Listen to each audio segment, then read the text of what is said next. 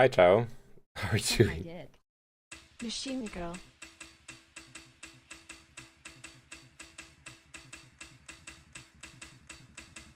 Let's throw away the chat part and let's chat and stuff and do the stuff part. Uh-oh.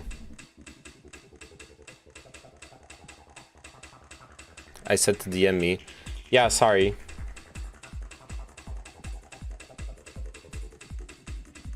Machine girl.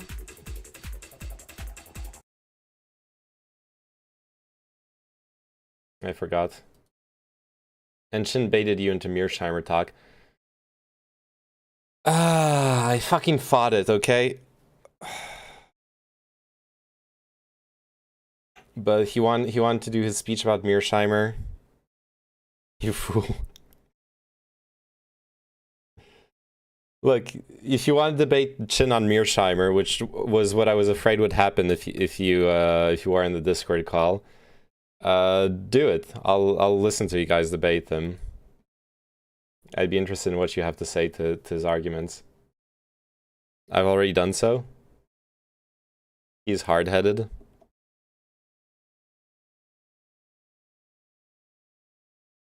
Do you press with the A or press upside down? What the fuck? So you do you. So it's time.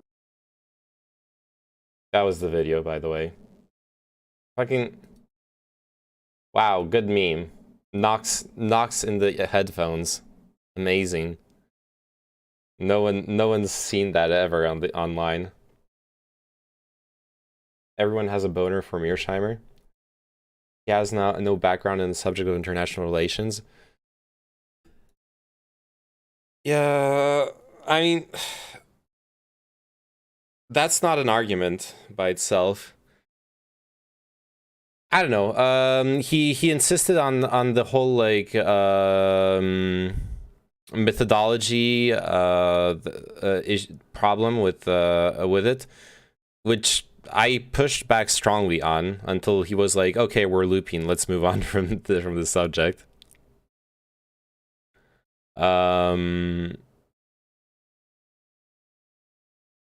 It's a goddamn social science. Well, yeah, I know, and it's also like, I don't know, there was a fundamental logical fallacy in it, which he had to, like, I had to drill, but I think he conceded it at the end, though he didn't explicitly do so. He had the problem with what he calls post hoc reasoning. But I managed to point out that what he's talking about is judging of intentions, right? You're trying to understand why the motivations of why governments or individuals did things. And when you do that, you're only ever speculating. There can never be a strict like science tier bar of proof for proving someone's intention. People are black boxes, and you can't read their minds. The only thing that really bothered me is the idea that I like towards the end we went a lot back and forth on it.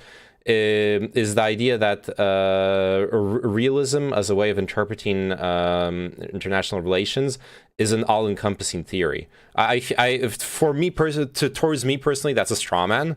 I'm not sitting here as being like, I will analyze everything only through the lens of realism, and I insisted on that. But Chinchilla genuinely believes that a lot of people who do buy into it see it that way. And to be fair, a lot of people do actually do that. Realism is a grand theory? What does that mean? Hey Frank, how are you doing? Hey Kino, how are you doing?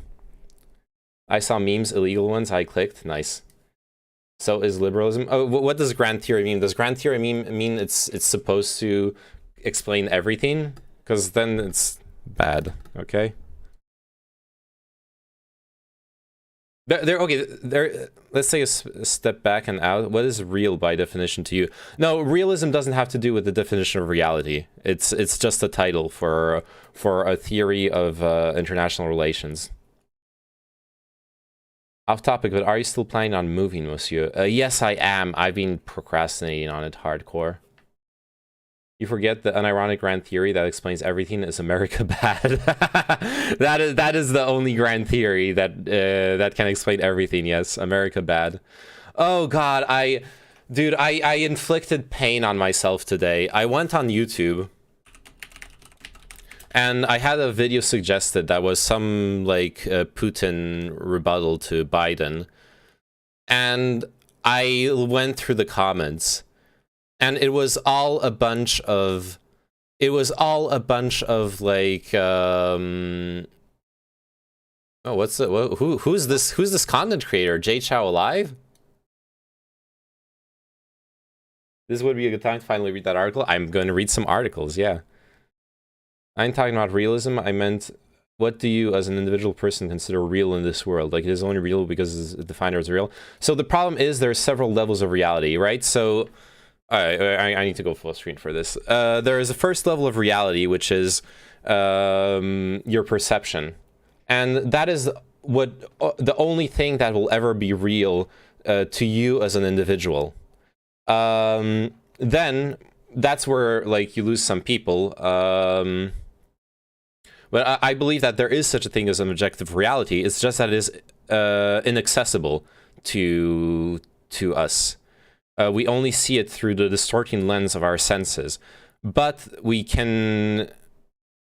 Objective reality equals waifus. But we can learn things about the objective reality and make an approximation of it mostly through consensus in order to reduce the biases of our perception. But that's like a pragmatic approach. And when it comes to like a absolute philosophical abstract perspective, you can be a solipsist. Like nothing exists outside of your perception. It's kind of a dumb position to take because it's not very useful. But I mean, if it's what you want to believe in, it's your prerogative. Oh, hi, Mark. A grand theory of international politics attempts to explain the bigly international politics, whereas other theories look at smaller dynamics. Okay, yeah.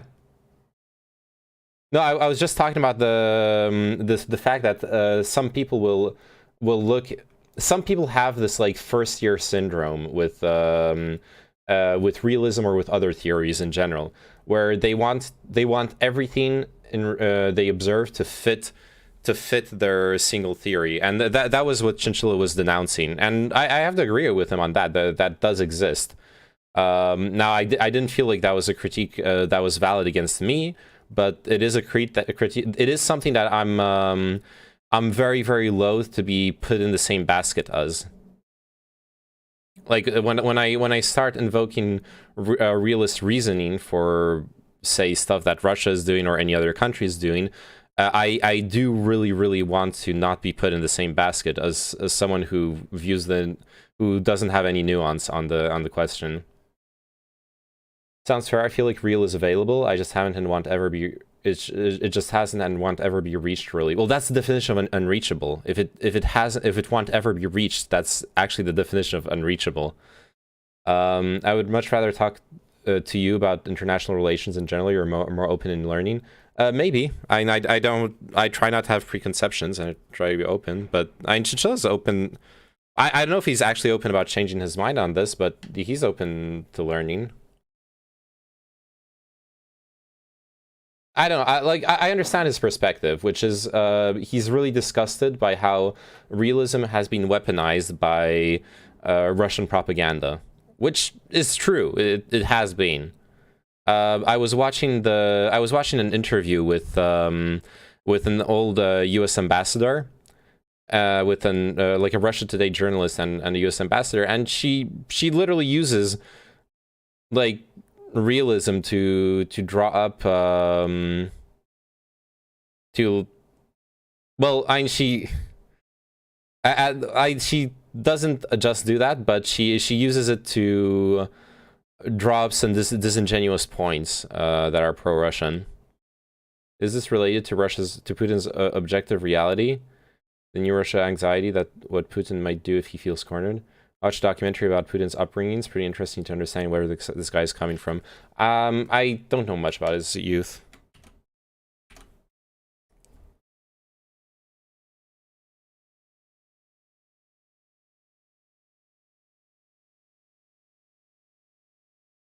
Sorry, I missed the start of the convo. What do you guys mean by realism?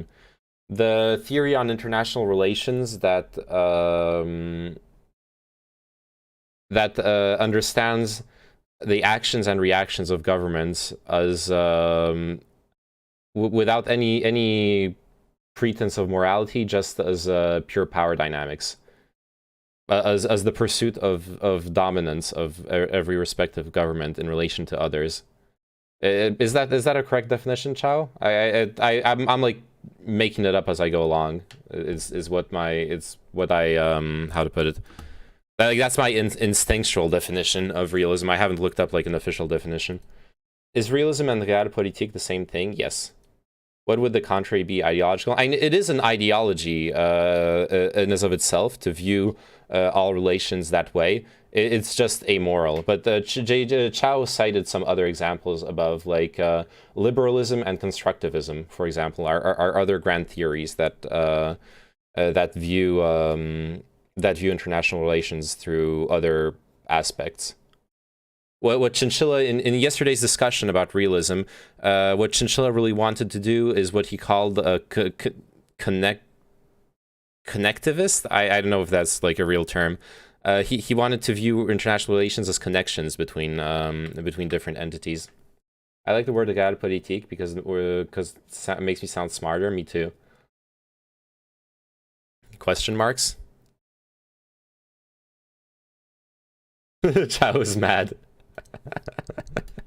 Oh no, Chow is mad. I hope it's not I hope my definition wasn't that. It's not my definition that was so bad. That's making you mad. He grew up in a rat-infested apartment and used to play with the rats with his brother and sister. One day he cornered the rat, and the rat fought back despite the size difference. Putin applies this mentality for the rest of his life. He was an average student, but joined martial arts at a young age because it asserted him to the front of the pack. I hate realpolitik so much. Sounds like you're not a realpolitiker.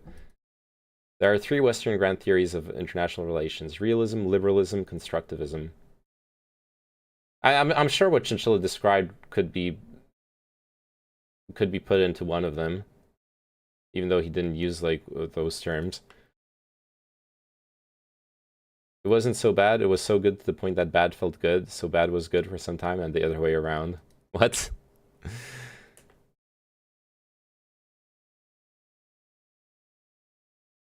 No. Okay, you need to have a talk with him. Okay, I'm not gonna be the proxy debater between you and Chinchilla. I had the discussion on the topics I wanted it to be on. I don't know. Did you catch some of it at least? I know I should have DM'd you. I did want you to at least like be there for it. I'll go get some water. I'll be right back.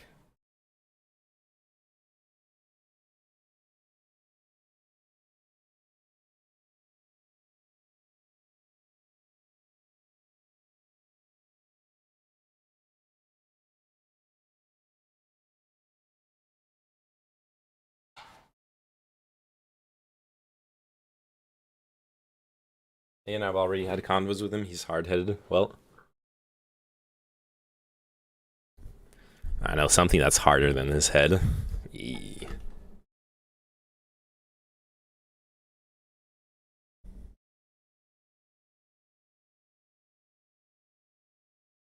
Now, I definitely don't feel like I have expertise on the topic, though the way you do. So I also was just like completely avoiding the or I tried as much as possible to avoid arguing about like realism as a theory. I really wanted to address like my actual perspective on things. So it ended up turning into discussion on how I should do better optics, and in Chinchilla's opinion, I can express the same ideas I do, but without invoking realism, because he believes that invoking realism is harmful. I think that's the gist of it. And I agreed with him on the fact that I need to be careful about I can be more careful about not playing into like pro-Russian propaganda when in my search for nuance and the correct perspective on things.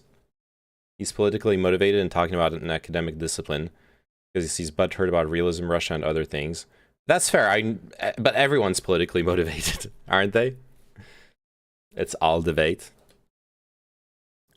Okay, which article are... oh yeah, I want to watch the Chow clip. What the fuck? Is this an actual picture? I feel like if I were... Oh my god. Let's play a game. Let's do a reverse Google image search. This is from the Revolution of Dignity. Are you kidding me? Negotiations in Ukraine under close scrutiny after bloodshed. February 19, 2014. Kyiv is a war zone as chaos continues in Ukraine. February 19th, 2014. Anti-government protests in Ukraine turned deadly. February 18th, 2014. Holy fucking shit. Holy fucking shit. No. Can you imagine? You're talking about a goddamn fucking war, and the image that you use is of police in riot gear. Yeah. Like, this is goddamn war. Get a stock photo of tanks. You don't even need a stock photo of tanks. You can just drive a tractor over there and get your own tank and take photos of it. That's a really good point.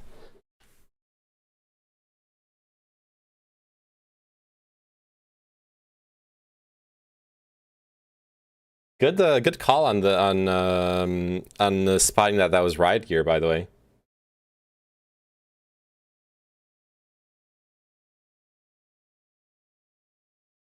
All right. 20 days in Mariupol, the team that documented the city's agony. The Russians were hunting us down. They had a list of names, including ours, and they were closing in. We were the only international journalists left in the Ukrainian city of Mariupol, and we had been documenting its siege by Russian troops for more than 2 weeks.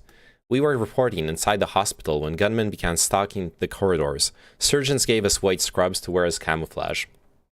Suddenly at dawn, a dozen soldiers burst in. Where are the journalists, for fuck's sake? I looked at their armbands, blue for Ukraine, and tried to calculate the odds that they were Russians in disguise. I stepped forward to identify myself. We're here to get you out, they said. The walls of the surgery shook from artillery and machine gun fire outside, and it seemed safer to stay inside. But the Ukrainian soldiers were under orders to take us with them. Mstislav Chernov is a video journalist for the Associated Press. This is the account of the siege of Mariupol, as documented with photographer Evgeny Maruletka and told to correspondent Lori Hinant. We ran into the street, abandoning the doctors who had sheltered us, the pregnant women who had been shelled, and the people who slept in the hallways because they had nowhere else to go. I felt terrible leaving them all behind. 9 minutes, maybe 10, an eternity through roads and bombed-out apartment buildings. As shells crashed nearby, we dropped to the ground. Time was measured from one shell to the next, our bodies tense and breath held. Shockwave after shockwave jolted my chest, and my hands went cold. We reached an entryway, and armored cars whisked us to a darkened basement. Only then did we learn from a policeman why the Ukrainians had risked the lives of soldiers to extract us from the hospital. If they catch you, they will get you on camera, and they will make you say that everything you filmed is a lie. All your efforts and everything you have done in Mariupol will be in vain. The officer, who had once begged us to show the world his dying city, now pleaded with us to go. He nudged us towards the thousands of battered cars preparing to leave Mariupol. It was March 15th. We had no idea if we would make it out alive. As a teenager growing up in Ukraine, in the city of Kharkiv, just 20 miles from the Russian border, I learned how to handle a gun as part of the school curriculum. It seemed pointless. Ukraine, I reasoned, was surrounded by friends. I have since covered wars in Iraq, Afghanistan, and the disputed territory of Nagorno-Karabakh, trying to show the world the devastation firsthand. But when the Americans and then the Europeans evacuated their embassy staffs from the city of Kyiv this winter, and when I pored over maps of the Russian troop buildup just across from my hometown, my only thought was, my poor country. In the first few days of the war, the Russians bombed at the enormous Freedom Square in Kharkiv, where I had hung out until my 20s. I knew Russian forces would see the eastern port city of Mariupol as a strategic prize because of its location on the Sea of Azov. So on the evening of February 23rd, I headed there with my longtime colleague Evgeny Maruletka, a Ukrainian photographer for the Associated Press, in his white Volkswagen van. On the way, we started worrying about spare tires and found online a man nearby willing to sell us in the middle of the night. We explained to him and to a cashier at the all-night grocery store that we were preparing for war. They looked at us like we were crazy. We pulled into Mariupol at 3:30 a.m. The war started an hour later. That's like an antenna? Damn. It's oh. Walks amid smoke rising from an air defense base in the aftermath of a Russian strike in Mariupol on February 24th. About a quarter of Mariupol's 430,000 residents left in those first days while they still could. But few people believed a war was coming, and by the time most realized their mistake, it was too late. One bomb at a time, the Russians cut electricity, water, food supplies, and finally, crucially, the cell phone, radio, and television towers. The few other journalists in the city got out before the last connections were gone and a full blockade settled in. The absence of information in a blockade accomplishes two goals. Chaos is the first. People don't know what's going on, and they panic. At first, I could not understand why Mariupol fell apart so quickly. Now I know it was because of the lack of communication. Impunity is the second goal. With no information coming out of a city, no pictures of demolished buildings and dying children, the Russian forces could do whatever they wanted. If not for us, there would be nothing. That's why we took such risks to be able to send the world what we saw, and that's what made Russia angry enough to hunt us down. I have never, ever felt that breaking the silence was so important. The deaths came fast. On February 27th, we watched as a doctor tried to save a little girl hit by shrapnel. She died. A second child died, then a third. Ambulances stopped picking up the wounded because people couldn't call them without a signal, and they couldn't navigate the bombed-out streets. The doctors pleaded with us to film families bringing in their own dead and wounded, and let us use their dwindling generator power for our cameras. No one knows what's going on in our city, they said. Shelling hit the hospital and the houses around. It shattered the windows of our van, blew a hole into its side, and punctured a tire. Sometimes we would run out to film a burning house and then run back amid the explosions. There was still one place in the city to get a steady connection, outside a looted grocery store on Budivelnikiv Avenue. Once a day, we drove there and crouched beneath the stairs to upload photos and video to the world. The stairs wouldn't have done much to protect us, but it felt safer than being out in the open. The signal vanished by March 3rd. We tried to send our video from the 7th floor windows of the hospital. It was from there that we saw the last shreds of the solid middle-class city of Mariupol come apart. The Port City Superstore was being looted, and we headed that way through our artillery and machine gun fire. Dozens of people ran and pushed shopping carts loaded with electronics, food, clothes. A shell exploded on the roof of the store, throwing me to the ground outside. I tensed, awaiting a second hit, and cursed myself 100 times because my camera wasn't on to record it. And there it was, another shell hitting the apartment building next to me with a terrible whoosh. I shrank behind a corner for cover. A teenager passed by, rolling an office chair loaded with electronics, boxes tumbling off the sides. My friends were there, and the shell hit 10 meters from us, he told me. I have no idea what happened to them. We raced back to the hospital. Within 20 minutes, the injured came in, some of them scooped into shopping carts. For several days, the only link we had to the outside world was through a satellite phone. And the only spot where that phone worked was out in the open, right next to a shell crater. I would sit down, make myself small, and try to catch the connection. Everybody was asking, please, tell us when the war will be over. I had no answer. Every single day, there would be a rumor that the Ukrainian army was going to come to break through the siege, but no one came. By this time, I had witnessed deaths at the hospital, corpses in the streets, dozens of bodies shoved into a mass grave. I had seen so much death that I was filming almost without taking it in. On March 9th, twin airstrikes shredded the plastic taped over our van's windows. I saw the fireball just a heartbeat before pain pierced my inner ear, my skin, my face. We watched smoke rise from a maternity hospital. When we arrived, emergency workers were still pulling bloodied pregnant women from the ruins. Our batteries were almost out of juice, and we had no connection to send the images. Curfew was minutes away. A police officer overheard us talking about how to get news of the hospital bombing out. This will change the course of the war, he said. He took us to a power source and an internet connection. We had recorded so many dead people and dead children, an endless line. I did not understand why he thought still more deaths could change anything. I was wrong.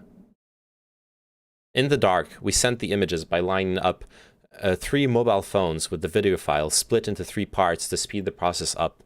It took hours, well beyond curfew. The shelling continued, but the officers assigned to escort us through the city waited patiently. Then our link to the world outside Mariupol was again severed. We went back to an empty hotel basement, with an aquarium now filled with dead goldfish. In our isolation, we knew nothing about a growing Russian disinformation campaign to discredit our work. The Russian embassy in London put out 2 tweets calling the AP photos fake and claiming a pregnant woman was an actress. Oh, I remember this. I remember the discourse over the pregnant woman's photos, saying she was pointing out that she was an influencer, etc. The Russian ambassador held up copies of the photos at a UN Security Council meeting and repeated lies about the attack on the maternity hospital. In the meantime, in Mariupol, we were inundated with people asking us for the latest news from the war. So many people came to me and said, "Please film me so my family outside the city will know I'm alive." By this time, no Ukrainian radio or TV signal was working in Mariupol. The only radio you could catch broadcast twisted Russian lies that Ukrainians were holding Mariupol hostage, shooting at buildings, developing chemical weapons. The propaganda was so strong that some people we talked to believed it despite the evidence of their own eyes. The message was constantly repeated in Soviet style. Mariupol is surrounded. Surrender your weapons. On March 11th, in a brief call without details, our editor asked if we could find the women who survived the maternity hospital airstrike to prove their existence. I realized the footage must have been powerful enough to provoke a response from the Russian government. We found them at a hospital on the front line, some with babies and others in labor. We also learned that one woman had lost her baby and then her own life. We went up to the 7th floor to send the video from the tenuous internet link. From there, I watched as tank after tank rolled up alongside the hospital compound, each marked with the letter Z that had become the Russian emblem for the war. We were surrounded, dozens of doctors, hundreds of patients, and us. The Ukrainian soldiers who had been protecting the hospital had vanished, and the path to our van, with our food, water, and equipment, was covered by a Russian sniper who had already struck a medic venturing outside. Hours passed in darkness, as we listened to the explosions outside. That's when the soldiers came to get us, shouting in Ukrainian. It did not feel like a rescue. It felt like we were just being moved from one danger to another. By this time, nowhere in Mariupol was safe, and there was no relief. You could die at any moment. I felt amazingly grateful to the soldiers, but also numb, and ashamed that I was leaving. We crammed into a Hyundai with a family of 3, and pulled into a 5-kilometer-long traffic jam out of the city. Around 30,000 people made it out of Mariupol that day, so many that Russian soldiers had no time to look closely into cars with windows covered with flapping bits of plastic. People were nervous. They were fighting, screaming at each other. Every minute there was an airplane or airstrike. The ground shook. We crossed 15 Russian checkpoints. At each, the mother sitting in the front of our car would pray furiously, loud enough for us to hear. As we drove through them, the 3rd, the 10th, the 15th, all manned with soldiers with heavy weapons, my hopes that Mariupol was going to survive were fading. I understood that just to reach the city, the Ukrainian army would have to break through so much ground, and it wasn't going to happen.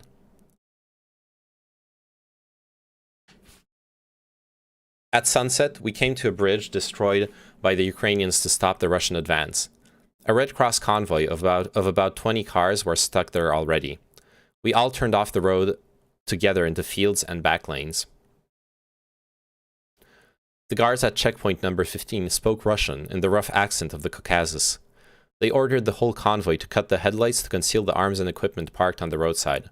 I could barely make out the white Z painted on the vehicles. As we pulled up to the 16th checkpoint, we heard voices, Ukrainian voices. I felt an overwhelming relief. The mother in the front of the car burst into tears. We were out. We were the last journalists in Mariupol. Now there are none. We are still flooded by messages from people wanting to learn the fate of loved ones we photographed and filmed. They write to us desperately and intimately, as though we are not strangers, as though we can help them. When a Russian airstrike hit a theater where hundreds of people had taken shelter late last week, I could pinpoint exactly where we should go to learn about survivors, to hear firsthand what it was like to be trapped for endless hours beneath piles of rubble. I know that building, and the destroyed homes around it. I know people who are trapped underneath it. And on Sunday, Ukrainian authorities said Russia had bombed an art school with about 400 people in it in Mariupol. But we can no longer get there. This account was related by Chernov to Associated Press reporter Lori Hinant, who wrote from Paris. Vasilisa Stepanenko contributed to the report. Okay, let me catch up with chat.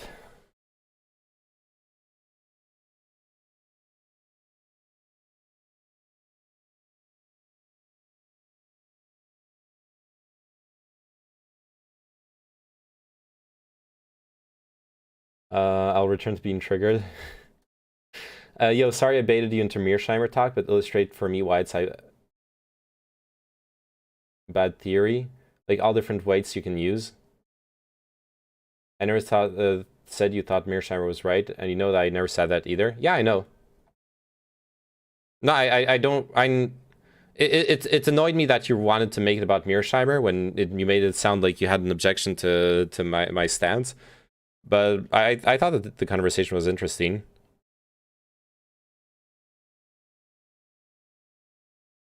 I'm not pro-Russian, but I cannot trust the way Ukraine is constantly being depicted. I can trust this article, personally. It's not,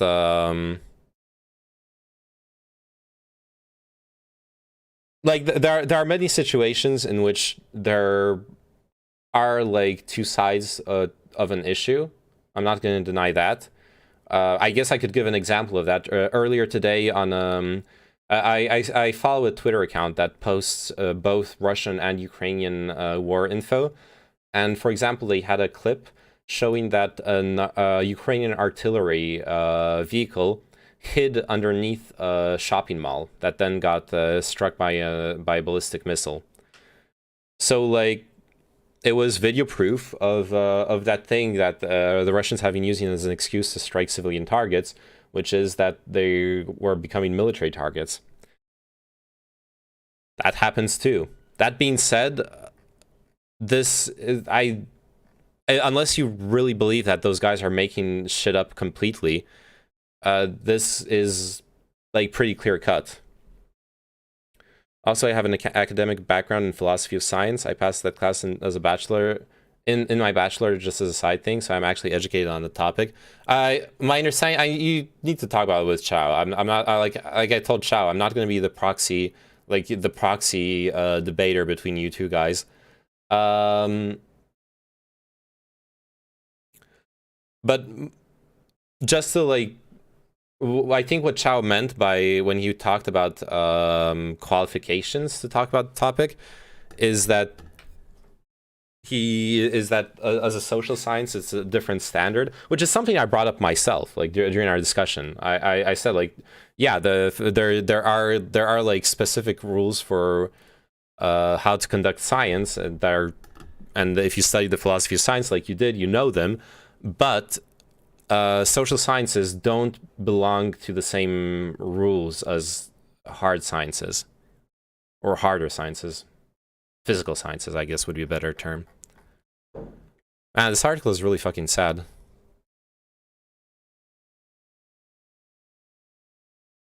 Also kind of TOS with the photos of dead people and bodies, but it is what it is.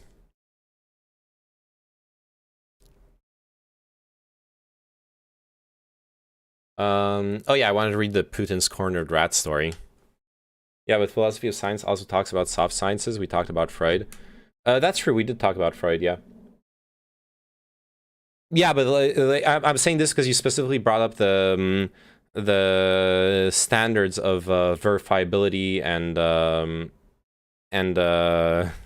always bringing it back to my mom, Chinchilla. Wow, truly. And then you pretend to be a good faith, someone who argues in good faith. Always bring it back to my mom. What did she do to you? Actually, don't tell me what she did to me. That would be TOS. Or she did to you. Fuck. That was a Freudian slip.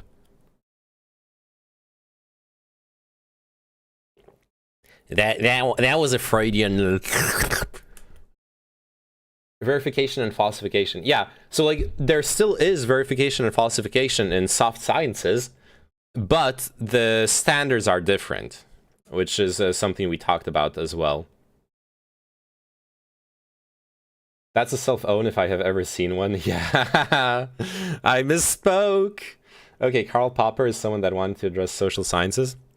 Let me read this article. Like honestly, like I know you guys had this discussion already, and so I don't know what if it would be like productive to have it again. But I mean, if there's something you want me to like check out or read, like link it to me.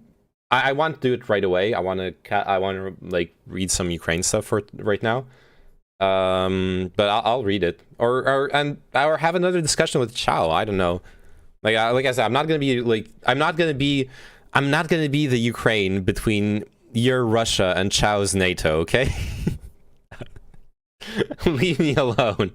I'm neutral.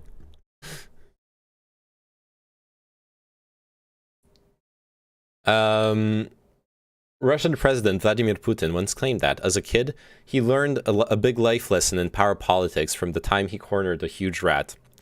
In a series of interviews published as a quasi-autobiography during his rise to power 2 decades ago, Putin recalled chasing big rodents with a stick around his dismal communal apartment building in St. Petersburg, then known as Leningrad. There, on that stair landing, I got a quick and lasting lesson in the meaning of the word cornered. There were hordes of rats in the front entryway. My friends and I used to chase them around with sticks. Once I spotted a huge rat and pursued it down the hall until I drove it into a corner. It had nowhere to run. Suddenly, it lashed around and threw itself at me. I was surprised and frightened. Now, the rat was chasing me. It jumped across the landing and down the stairs. Luckily, I was a little faster and I managed to slam the door on its nose. Now, the biggest military gambit of his life is falling shockingly short of expectations, and his country has become an international pariah. Close Kremlin watchers are wondering whether Putin may be the one who feels cornered, and they're worried about how he'll respond.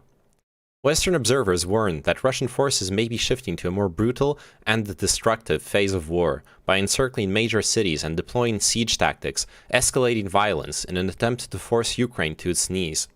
Despite logistical and strategic setbacks, Putin is showing no sign of turning back, and US officials are warning the assault may intensify.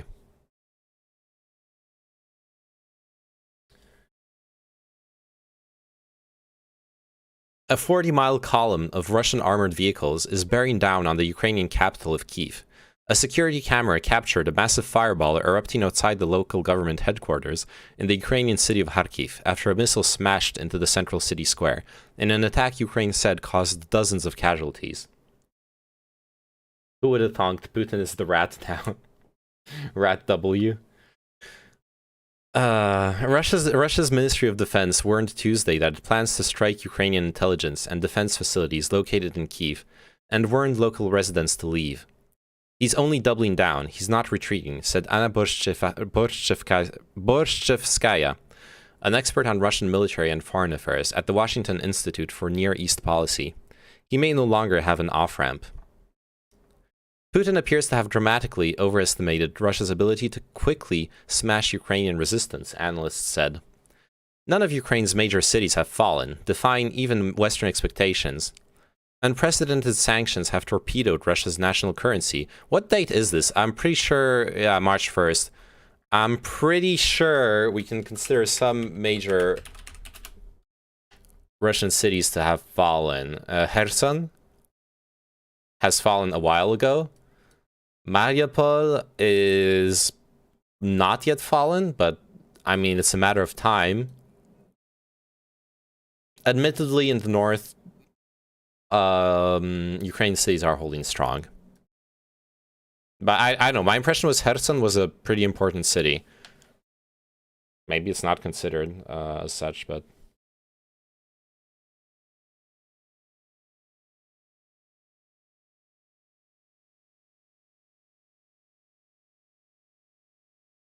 Unprecedented sanctions have torpedoed. Ukraine resistance has proven much stiffer than seemingly anyone expected.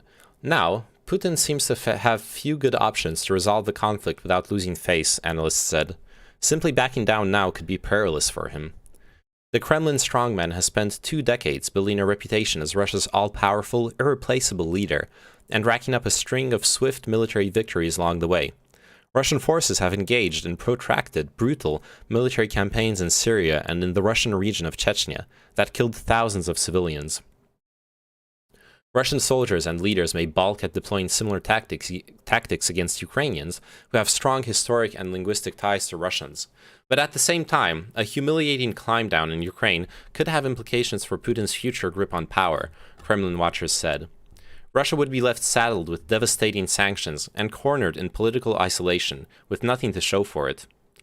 If he throws in the towel and says, "My bad, we messed up," that takes the veneer off his image as Putin the mastermind, said Joshua Tucker, director of New York University's Jordan Center for Advanced Study of Russia. The crisis in Ukraine is already creating fissures in Russian society. Over the weekend, 2 of Russia's richest and most loyal oligarchs openly called for peace in Ukraine, a rare sign of defiance among the country's ultra-wealthy elite.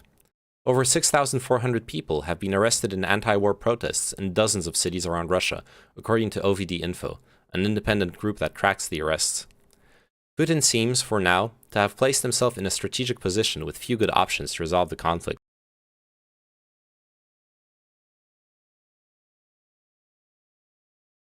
God bless me. I wonder what would happen if they reached the Moldovan border, to be honest. I mean, they might as well get Transnistria. I'm pretty sure they... did you see the... the expose by the Belarusian president? What's his name? Yeah, like there was a line going... Lukashenko, yeah. There was a line going from Crimea to Transnistria. It doesn't mean that that's necessarily going to happen, but obviously they've thought about it.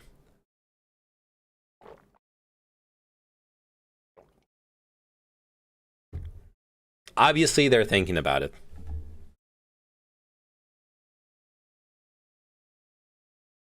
Russia has publicly demanded concessions, including ceding the region of Crimea to Russia and the demilitarization of Ukraine. Yet, as the assault has bogged down, the possibility that Ukraine would concede such demands appears increasingly remote, analysts said. Continuing with the assault will likewise carry steep costs for Russia.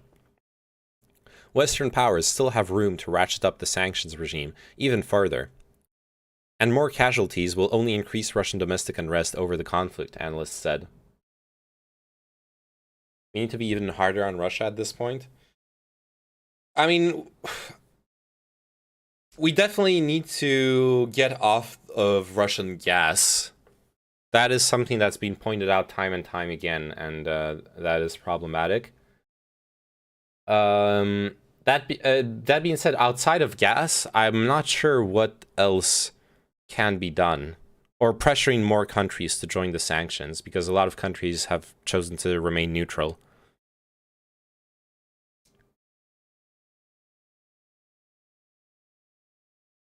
I don't know.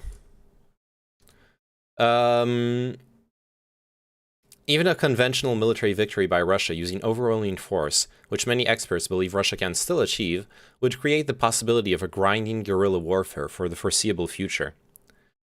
Putin has also raised long-dormant anxieties about Russia's nuclear capabilities by putting the country's nuclear forces on high alert, prompting nerve-wracking conversations about the possibility of nuclear war that not long ago would have been considered outlandish.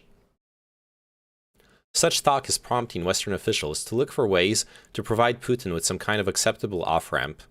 President Joe Biden's White House says it doesn't want to overreact to Putin's nuclear saber-rattling, but it remains unclear whether Putin would find any Western proposals for de-escalation acceptable. Like the big rat he once chased down a corridor in Leningrad, Putin may decide the best way out of a terrible situation is to ratchet up tensions even further. The question becomes, which is the bigger fear? The fear that he'll look weak if he walks it back, or the fear that the situation for Russia will get much worse if he steps it up? That's what makes this a dangerous moment, Tucker said. Apart from the sensationalism of this article, I agree with the general point. I've talked about it time and time again about trying to figure out what could be an acceptable off-ramp. That's been something we've talked about on stream a lot. Like, I don't think they need to invade Transnistria now to get Transnistria. I wonder if they go into Moldova. They definitely don't need to go into Transnistria. They don't need to attack Moldova either. But they could. It's not like Moldova's part of NATO. Stopping the gas pipes would be massive. Yes, it would be. That being said, Russia already has a plan underway for building a gas pipeline with China. I wonder if this goes on like for a long time. I think there will be, and that's kind of what Saudi Arabia was hinting at when they said that they might accept the yuan for gas. There might be truly like an alternate economy developing.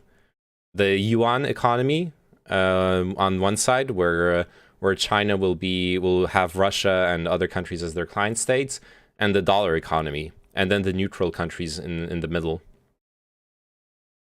What resources or strategic value does Moldova have? I don't know. All I know is that Transnistria has like a Russian separatist movement. Like if the war is over and they would annex Novo Russia, they could just say to Moldova, "Yo, give us that."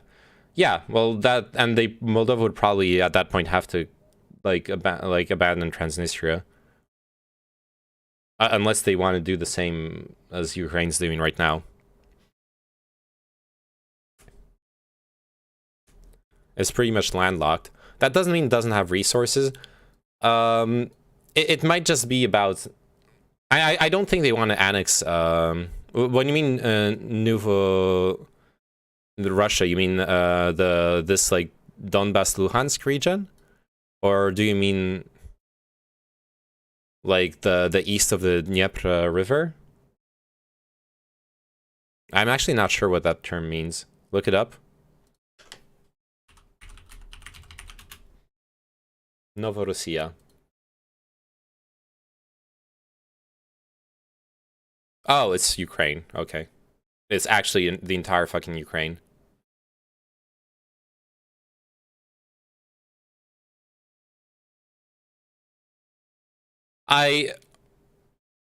Well, the southern part, yeah.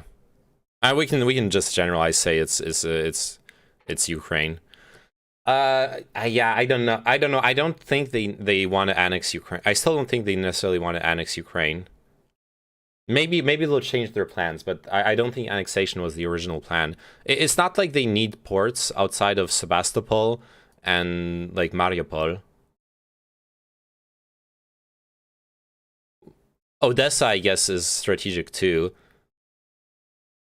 But it's not like they need it once they have Sebastopol. I think they want to annex Novorossiya and Donbas. And Donbas for certain is going to get annexed if Russia wins. Novorossiya, I don't know. It's not even been asked for in the negotiations, right? The negotiations have asked for Crimea and the Donbas Luhansk region. I wonder if the endgame is Putin using Ukraine as an example of what happens if you try to oppose Russia. Other non-NATO nations would just surrender without going to war. So if Putin uses chemical weapons, then it would only aid in his signaling. Well, not really. I mean, chemical weapons... admittedly, it's not like Russia's position in international politics is very good right now. But using chemical weapons would be really fucked up. I don't know if China would tolerate that level of fucked up, honestly. The problem is that Russia could play the propaganda card and be like, make it a false flag attack. Like, oh, NATO gave chemical weapons to, or it was one of those bioweapons labs. Oh, speaking of which, Donetsk, COVID, bioweapons.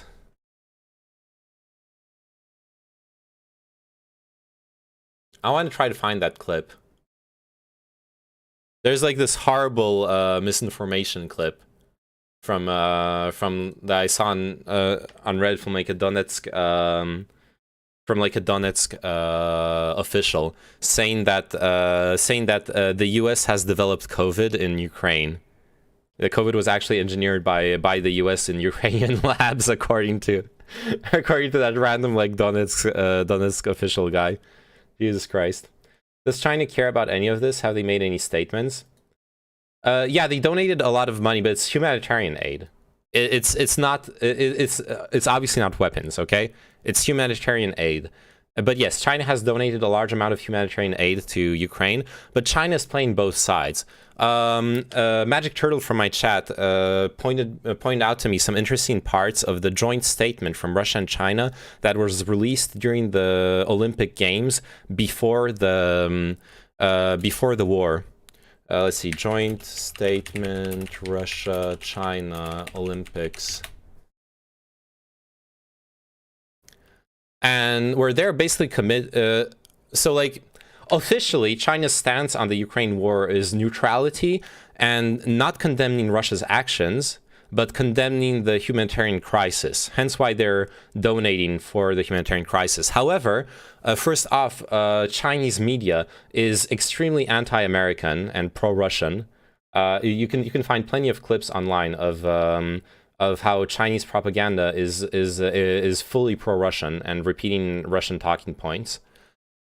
Also, and also this statement, the joint statement from the PRC, is pretty explicit in as a commitment of friendship and mutual support to Russia, as well as China has said to the West that they'll get really mad if we start what the fuck?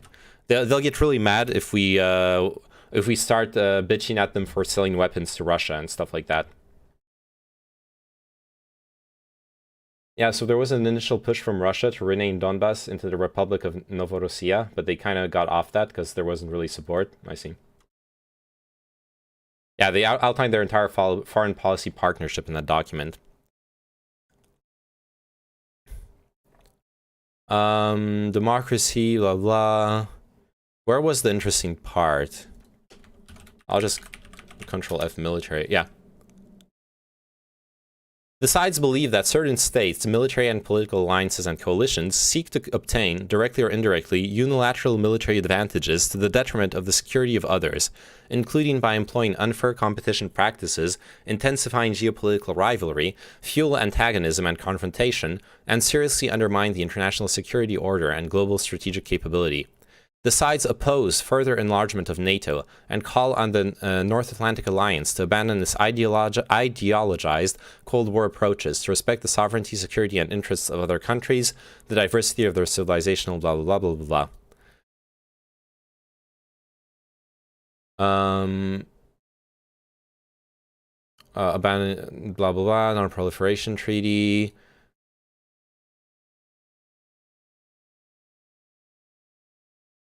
More blaming the US for the situation.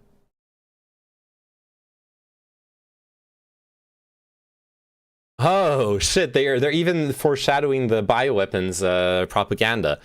The sides emphasize that domestic and foreign bioweapons activities by the US and its allies raise serious concerns and questions for the international community regarding their compliance with the BWC. The sides share the view that such activities pose a serious threat to the national security of the Russian Federation and China, and are detrimental to the security of the respective regions.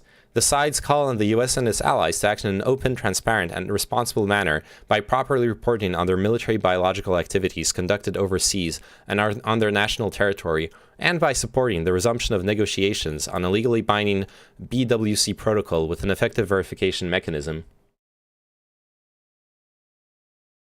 Section 3, I think, is where it gets relevant. Alright, let's skip to Section 3. I matched a Chinese girl yesterday on a dating app. I had to unmatch her. She said that Ukraine started the war by invading Russia. Oh, no. By the way, I didn't start talking about politics. She suddenly started talking about how great Putin was and stuff. Oh, yeah, I wanted to show the fucking comments, like French comment sections on videos about Putin. It's so cringe. Anyways. Am I in Section 3?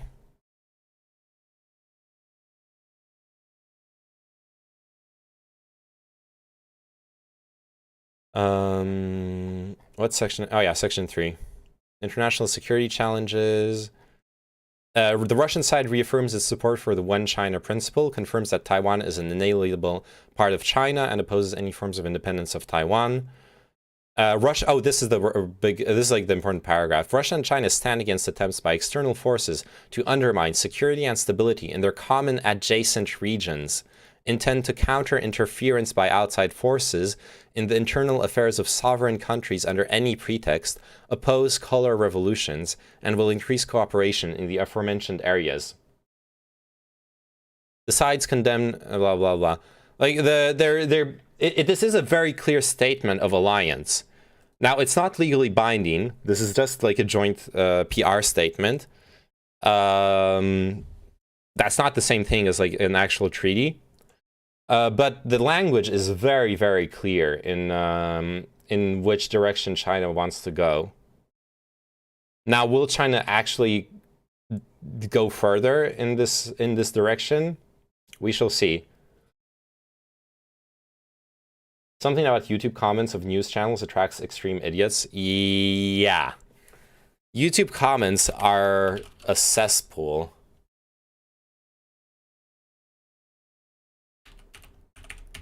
What was it? It was like Putin,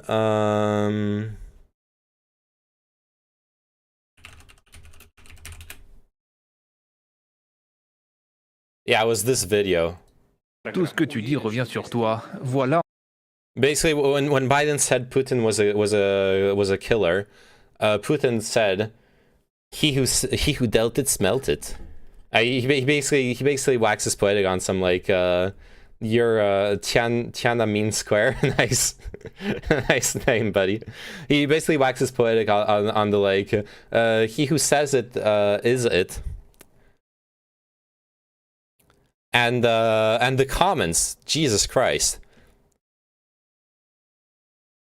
What I love with Putin is how he takes revenge with a smile and mocking him.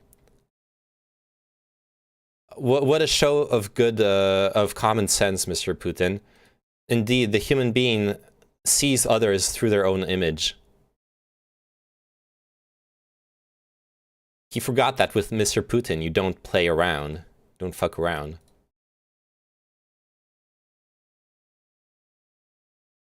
It's like all this. It's all this. Every single comment. With Donald, we had a presence, a showman. Then there's Joe with absences. Like, it's all this cult of personality. It's insane cult of personality. Is Putin really called Poutine in French media? No. I mean, some people call him Poutine, but I think that's like the French spell. I think that's actually the correct French spelling. I could be wrong. I don't know. Putin. Next will be the Nana Boo Boo tactic. Well, I'm kind of conspiracy brain, but especially when it's smaller languages like Dutch, the comments just go like, "We stand with Russia. The European Union is the real fascists" on the YouTube stuff. Yeah, and the thing where I feel like this is bots is like spending like a long time through spending a long time in the comments.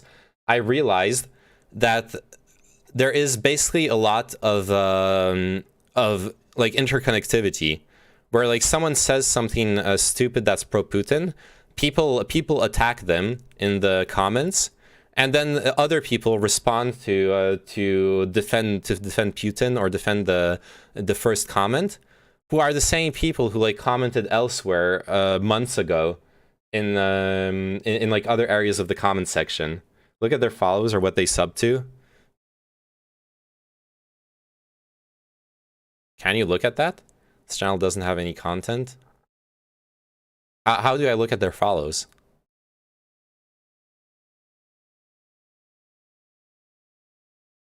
I've also stumbled upon bot friend circles before. Not a bot? Why?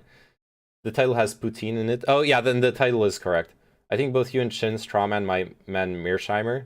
He's more intellectually humble than you make them out to be.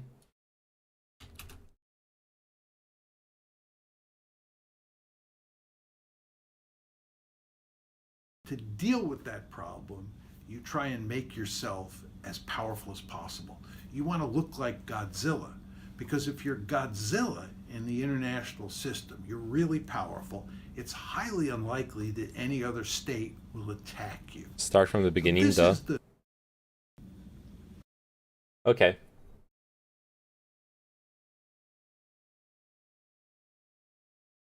I mean, what we're Godzilla. What we're hearing here is pretty much, yeah, what I think. I don't know, maybe we strawmanned him by, yeah, the link had a timestamp.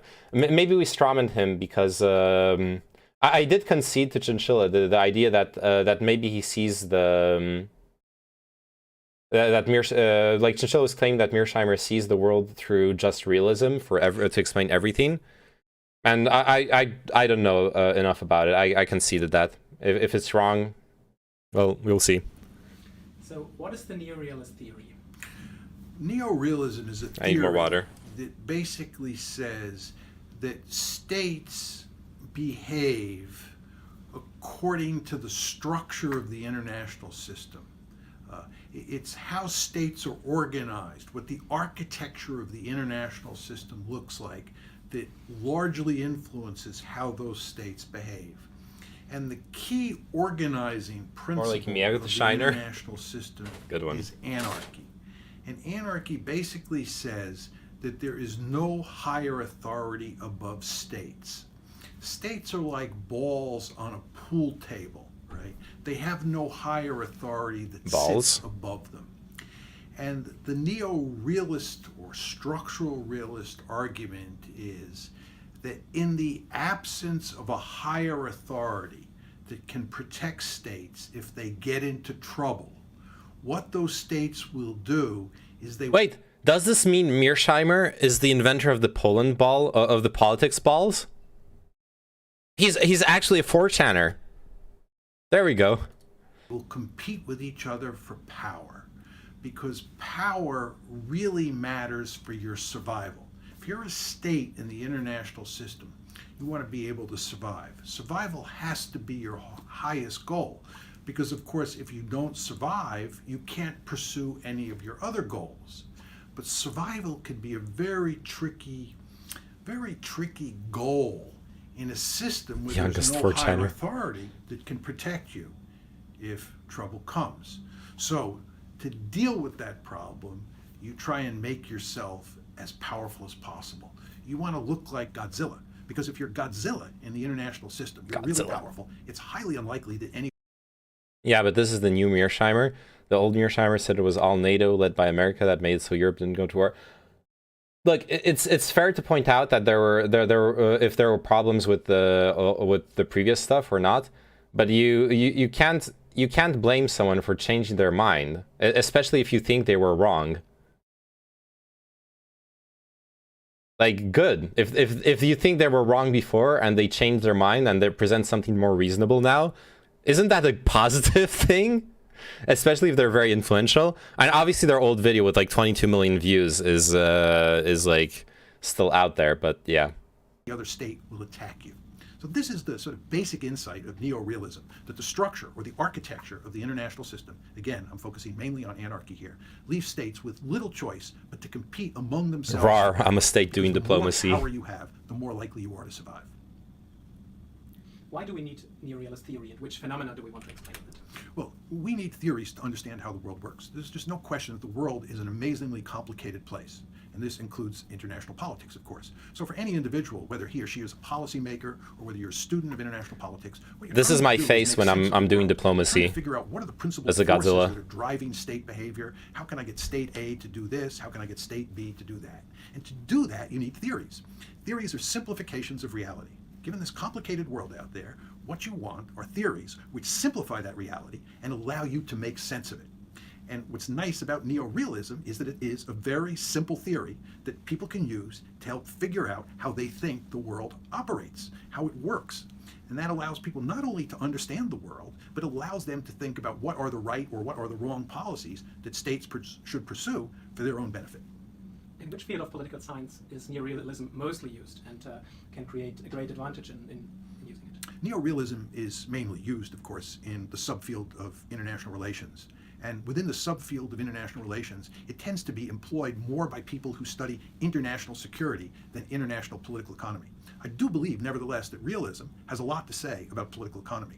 But the fact is that it's people who study questions of war and peace, people who study questions about international security that mainly focus on realism. That's the domain in where realism has its greatest impact. It's in the international security realm. So what are the main limitations and the main critiques towards neorealism? Well, the main limitation of neorealism is that, like any theory, it can't explain everything. My view is that theories, even the best theories, and I would consider neorealism to be among the best theories, can only explain about 75% of what happens in the world. That means that neorealism is wrong probably about 25% of the time. Now you're probably saying to yourself, why is this the case? It's actually quite simple. What we're talking about is dealing with a really complicated world, a world that's very hard to make sense of. And what we do, as I said before, is we invent theories, which are simplifications of reality that help us understand that complicated world. Well, if you're going to simplify reality and come up with a simple theory, and simple theories are the best theories, that means you're going to leave some factors on the cutting room floor. In other words, some factors that matter in international politics are not going to be Hey, Jack. Okay, this is what we talked about yesterday with Chinchilla, how a theory, a model of the world is always an imperfect, simplified version of the world, so you can study certain aspects or understand certain aspects of the world while putting aside the other aspects that are irrelevant to your current analysis.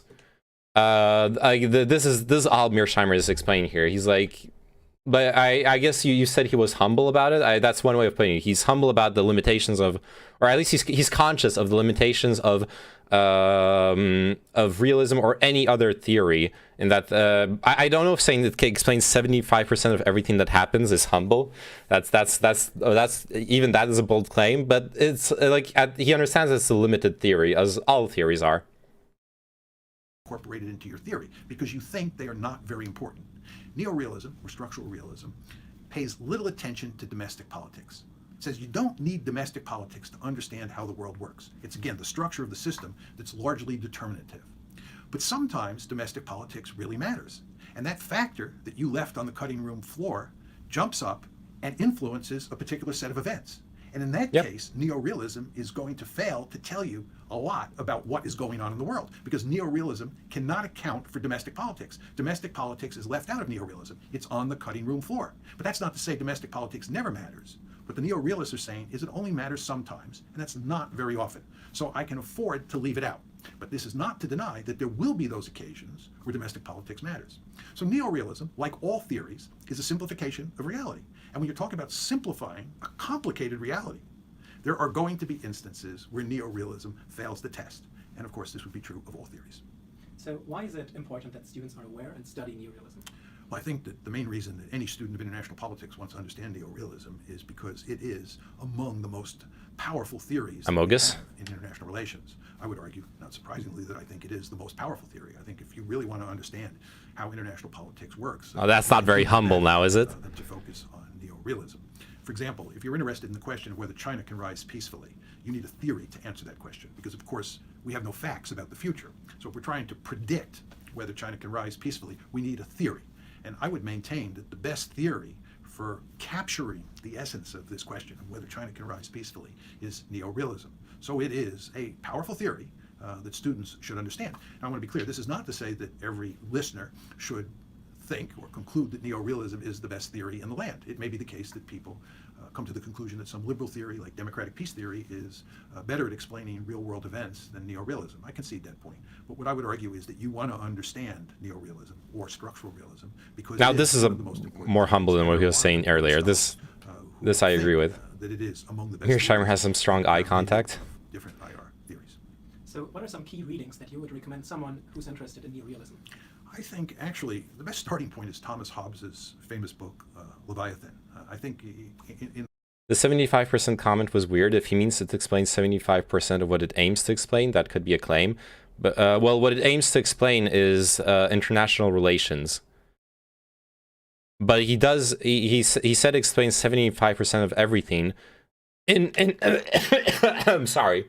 What the fuck happened in my throat there? I must have swallowed a cock wrong. It sounds like he explains 75% of everything in international relations. I think that's exactly what he meant. COVID? No, I don't have COVID. Yeah, saw a female police officer stripping last night at a club. I had no idea the increase in gas prices had hit the police force this hard. I hope you tipped her well, okay? Gotta respect the force. The first part of the Leviathan, Hobbes does a brilliant job of laying out the basic outlines of neorealism. Of course, in the contemporary literature, Kenneth Waltz's book, Theory of International Politics, is considered by almost everybody to be a seminal work, and I think that would be a good book to look at. Waltz also wrote a very famous book called Man, State, and War, which is well worth looking at. And then at the risk of sounding egotistical and plugging my own work, I think the book that I wrote, The Tragedy of Great Power Politics, is helpful for understanding the basic logics that underpin neorealism. So those would be, 4 good books, I think, to look at to get a grasp of what this realist enterprise is all about. The realist enterprise.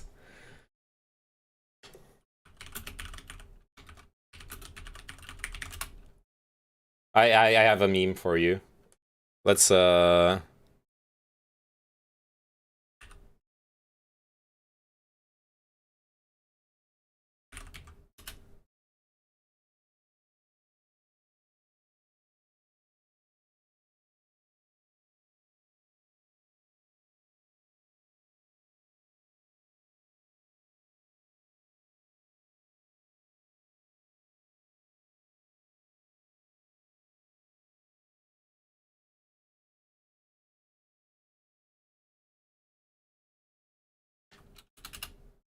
okay, there we go. Copy image, boom. Right, new file. No. Oh, there. I can just do this. And now.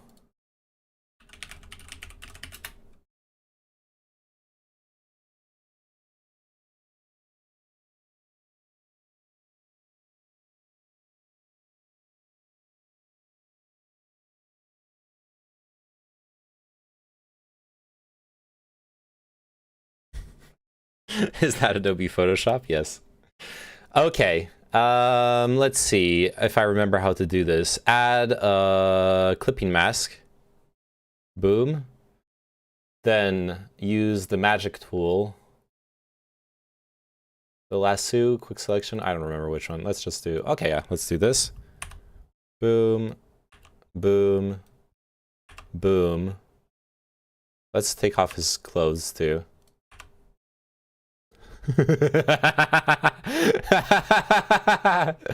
Okay. This is the realist enterprise, okay? I am so sorry. But this is what I have to add to this to contribute to the discussion.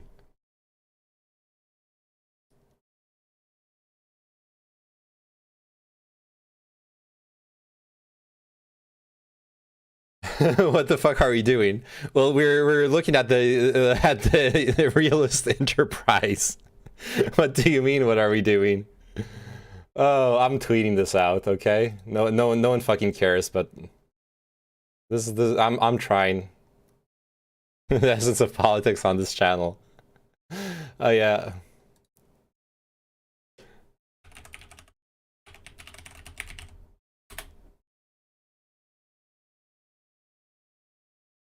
Fine, I'm even saving this, okay? Where are we doing this? Let's do it here. YouTube memes.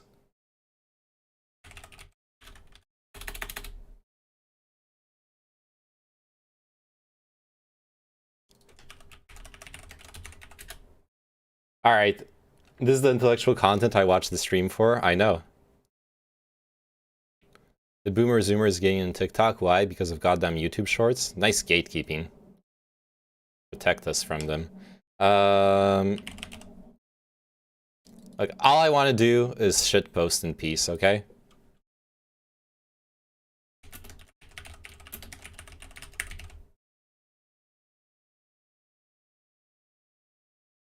There you go. I did it. Are you proud of me?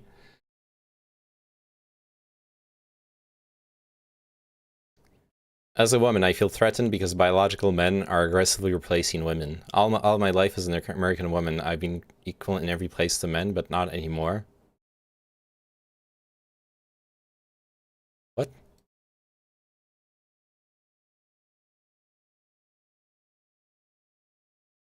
Man, having the discourse around trans athletes yesterday was so fucking toxic. Some of the people who showed up to I'm okay with disagreeing, so some of the people who showed up are... Oh shit, that's fast, boy. Or are kind of fucked up. Spätzle are pretty meh, though. Ginghug, if you are in my Twitch chat, I would ban you right now. When I was in Strasbourg, I ate this dish. It was liver, liver meatballs.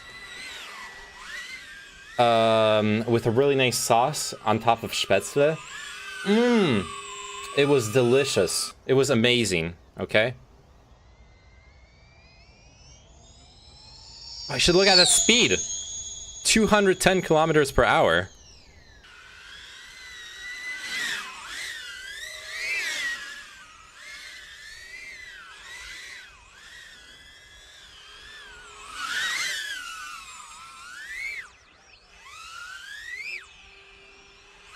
What's that in American? I don't know.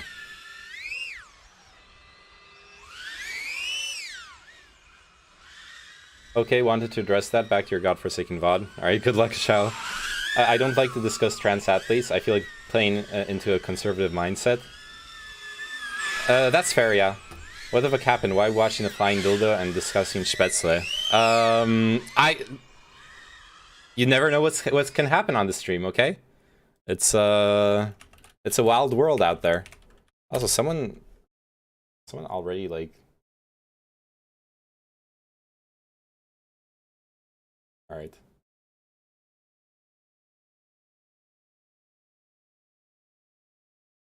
No, so someone in the other chat was condemning Spätzle, which I think is a heinous position to take. That I have to denounce.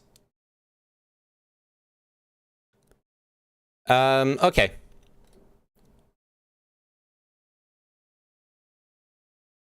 Yeah, man, the Russian bots, I don't even know how many of those are actual bots. Which is what really makes me sad. But by the way, we did cover this all about Mearsheimer yesterday, that you can see realism in any way or shape you want.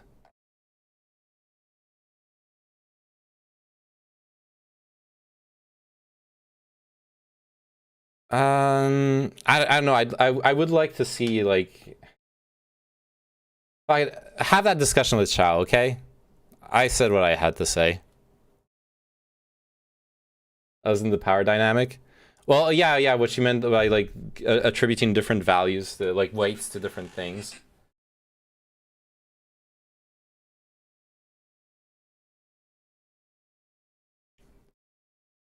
Okay, is there other stuff for us to cover? Oh, I wanted to check out this article on why Ukrainians did not believe the US warnings of the imminent war from 21st February. The White House's increasingly worrying warnings about an imminent Russian invasion in Ukraine are nothing but a political game designed to help Democrats win Senate seats in the autumn. That aged poorly. Al Jazeera. This article has not aged well. Hey, Chao, Chinchilla, if you want to debate, I can moderate it. I'm joking. This is not an opinion of a Capitol Hill political pundit, but what a Ukrainian woman who fled... Oh, it was someone else who said that. Who fled the rebel-controlled Donetsk region thinks about statements US President Joe Biden made in recent weeks, only to allegedly gain political brownie points for de-escalating the crisis come election time. By the autumn, Biden will look like a superhero, a Superman, because he, think about it, prevented World War III. Oksana Afenkina, who lives in the Ukrainian capital Kyiv after leaving Donetsk in 2020, told Al Jazeera. Although Capitol Hill pundits may disagree with her, Afenkina is among the majority of Ukrainians who simply do not believe that Russia is going to invade.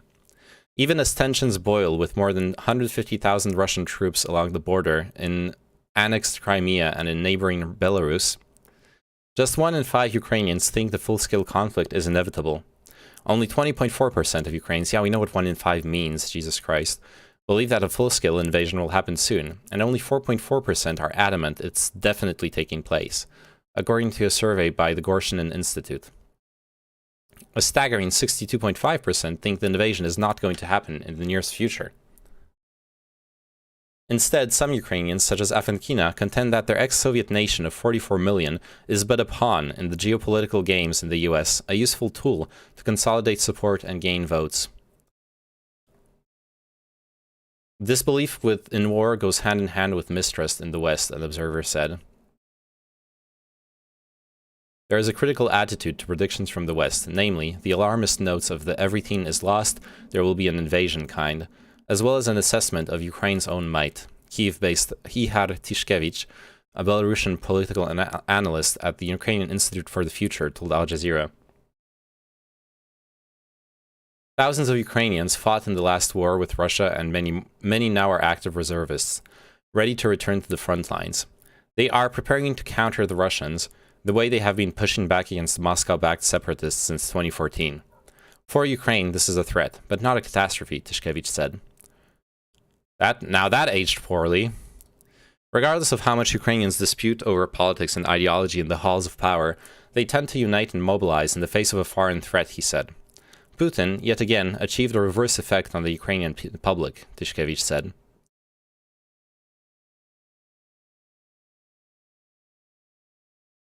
Each side achieves its goals at Ukraine's expense, Kiev-based analyst Alexei Kushch told Al Jazeera. Russia obtains a way of pressuring Ukraine and the West by generating entropy, uncertainty. It is rather cheap and doesn't result in sanctions, but slowly kills Ukraine's economy. Western sanctions that followed the 2014 annexation of Crimea did not cripple Russia's economy, and while the West is preparing a new round of sanctions, it will fall short of banning Russia of the SWIFT. That aged poorly. God, this is like a... This is just like a compendium of poor predictions on what was going to happen.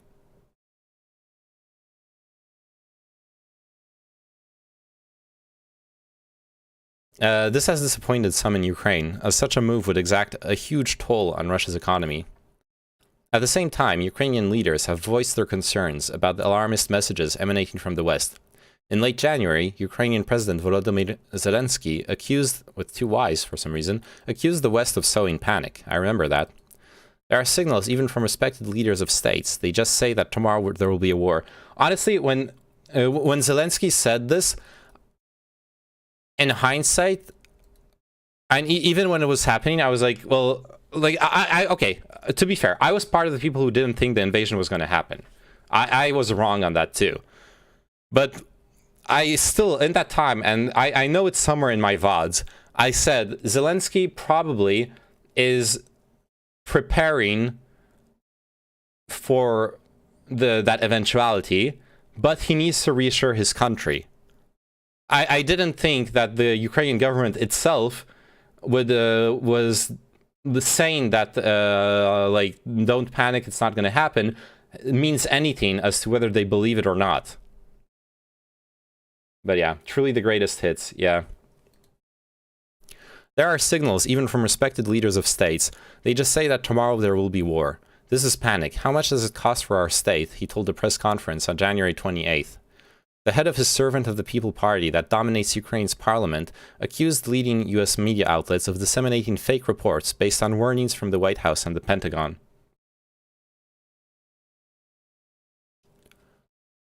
When in 2 or 3 weeks this phase of the confrontation disappears, we will have to retrospectively analyze how very prominent media outlets began to disseminate information in ways... When in 2 or 3 weeks this phase of the confrontation disappears, we will have to retrospectively analyze how very prominent media outlets began to disseminate information in ways worse than Kremlin-controlled television channels, David Arakamiya said in televised remarks on February 15th. He claimed that CNN, Bloomberg, and the Wall Street Journal ran openly fake reports. However, a minority of Ukrainians believe in the imminent war panic and have chosen to flee. I couldn't sleep for 2 days, and now I'm packing up to leave for Western Ukraine, Hanna Glushko, a software engineer living in Kyiv, told Al Jazeera. She and her colleague are driving Monday to the Transcarpathia region in southwestern Ukraine that borders several European Union nations. They booked a hotel room and are ready to cross into Hungary if Russian President Vladimir Putin chooses to roll his troops into Ukraine. A taxi driver who works in Kyiv's Boryspil International Airport said the departures hall is packed. Those who have money want to sit it all out outside Ukraine, Serhiy Omelyanenko, who drives a rundown black Mercedes minivan, told Al Jazeera. Dozens of Ukrainian oligarchs and their family members have already opted to take off to more peaceful climes, a Ukrainian daily reported. The Ukrainska Pravda said that some 20 charter planes and private jets left Kyiv on February 13th alone. One of the individuals to leave was Rinat Akhmetov, Ukraine's richest businessman and ally of pro-Russian President Viktor Yanukovych, who fled Ukraine after months-long Maidan protests in 2014.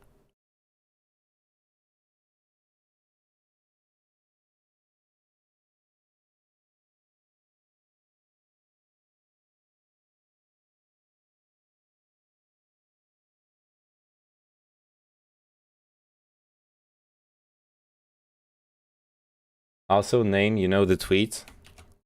Uh-oh.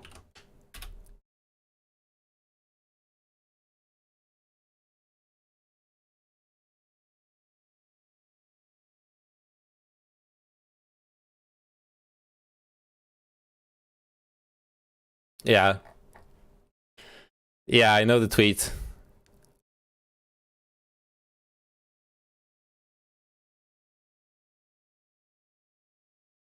I thought about the Infidels' framing of the take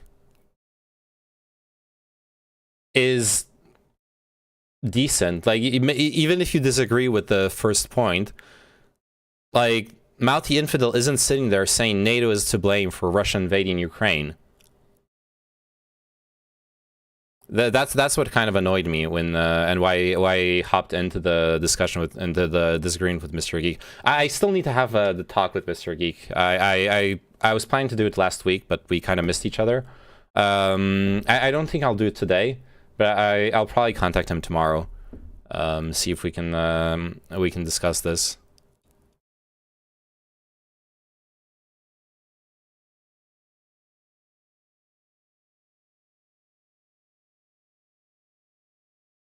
Monarchism for crypto, maybe. That's just the blockchain with a single source of truth, or a database, if you will. All right.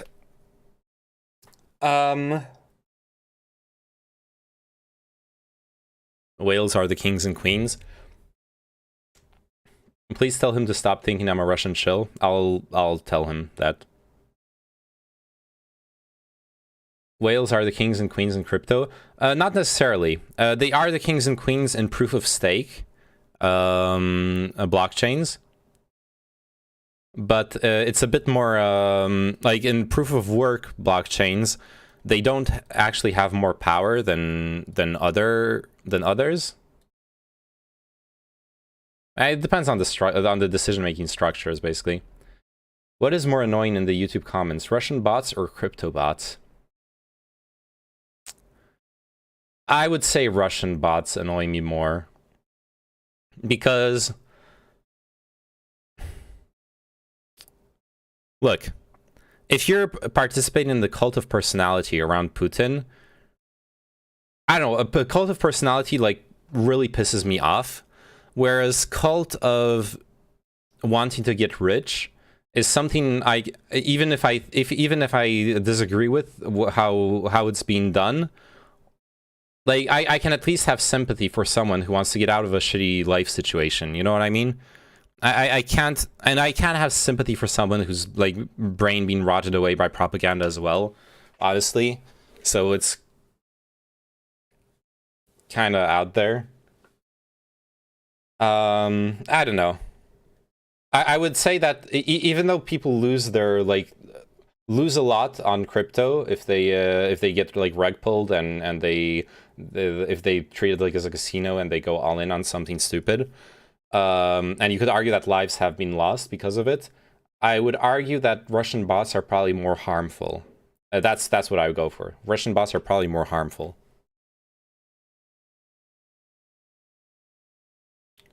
Oh yeah, Sotsop wanted me to read this other article.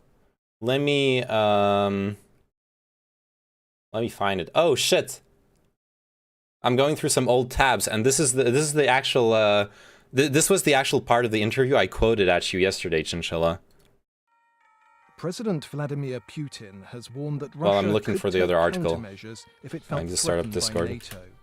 Putin issued the warning in an interview with US filmmaker Oliver Stone for the Igor Lapatanak-directed documentary Ukraine on Fire. It's a film that's described as revealing the historical premise of the ongoing Ukrainian crisis, its current political backstage, and its dangerous potential for the world. Elise, you've just entered Oliver chat. I'm Stone going is to die. credited as executive producer and having conducted interviews. In the documentary, which was broadcast on Russian television on Monday, the president told Stone that Russia was worried about NATO's expansion. Очень тяжелая, потому что сама по себе база ничего не значит. Но вот чтобы я хотел отметить один нюанс. Почему мы так остро реагируем на расширение НАТО? Нас беспокоит практика принятия решений. Я знаю, как принимаются. Когда страна становится членом НАТО, ей уже очень трудно сопротивляться давлению со стороны такой крупной. So this is just objectively false. That countries in NATO cannot resist the pressure of the USA. Система противоракетной обороны и новые базы, и если потребуется, и новые ударные комплексы. А нам что делать? Мы должны в этой. But this is the part that struck me when he talks about we need to take countermeasures, meaning to aim our rocket systems at the new facilities which we consider to be threatening to us. Anyways. Rat in corner, I fight. Okay, Sotsop, I don't know if you're there. I'll tag him in chat. I'm reading your article, Poggers. There are many things worse than American power. Blaming US hegemony for global problems has been easy. But Putin's... I'll read your article? Oh, God.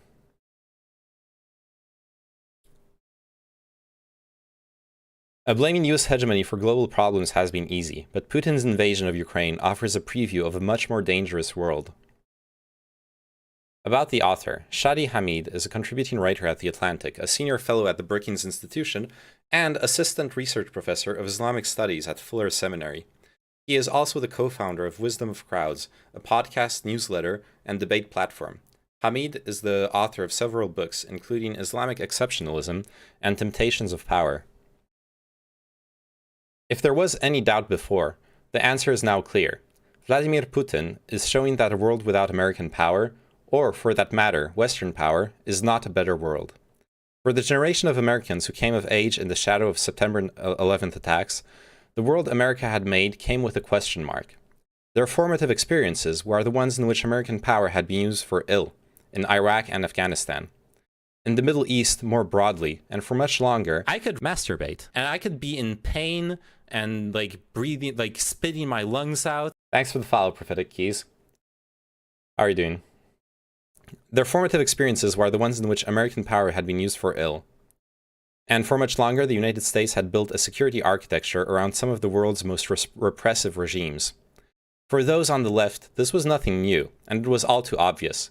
I spent my college years reading Noam Chomsky and other leftist critics of US foreign policy. And they weren't entirely wrong. On balance, the US may have been a force for good, but in particular regions and at particular times, it had been anything but.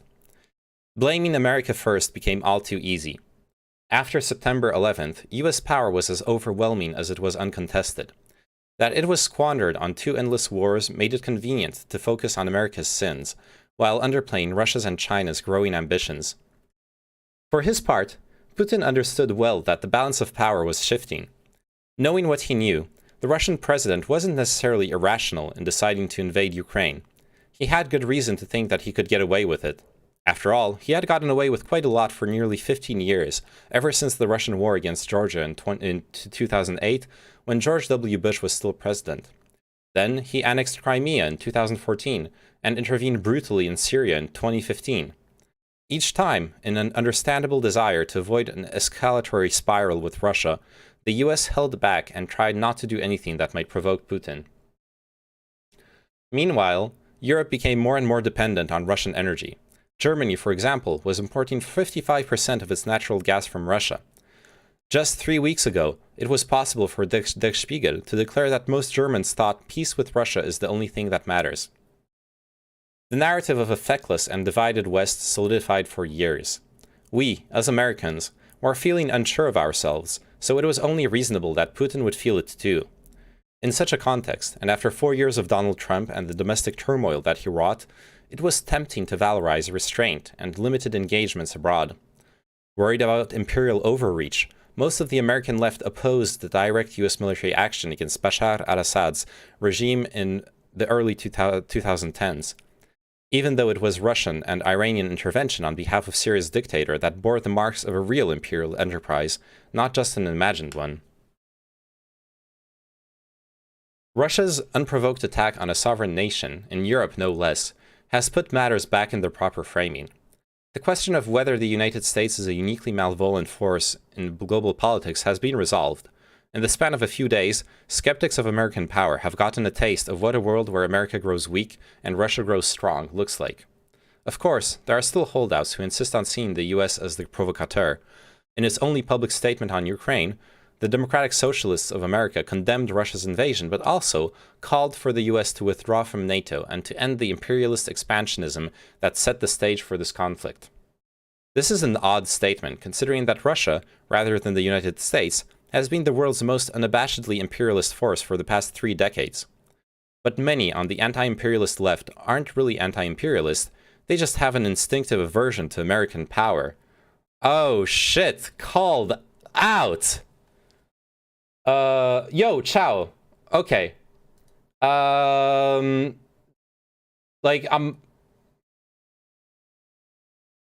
are rules in my chat, okay? If you want to have a discussion where you can like insult each other with chinchilla, don't have it here. And I know you guys have Discord if you actually want to go there.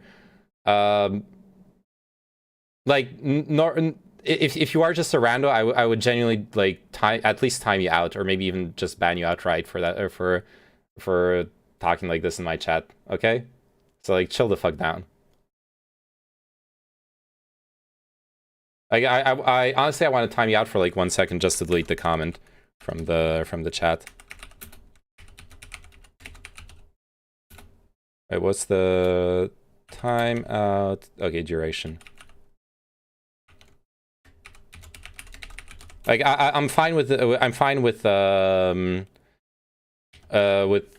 like people arguing, but I don't like when it devolves into that kind of stuff. Hey Siparuski.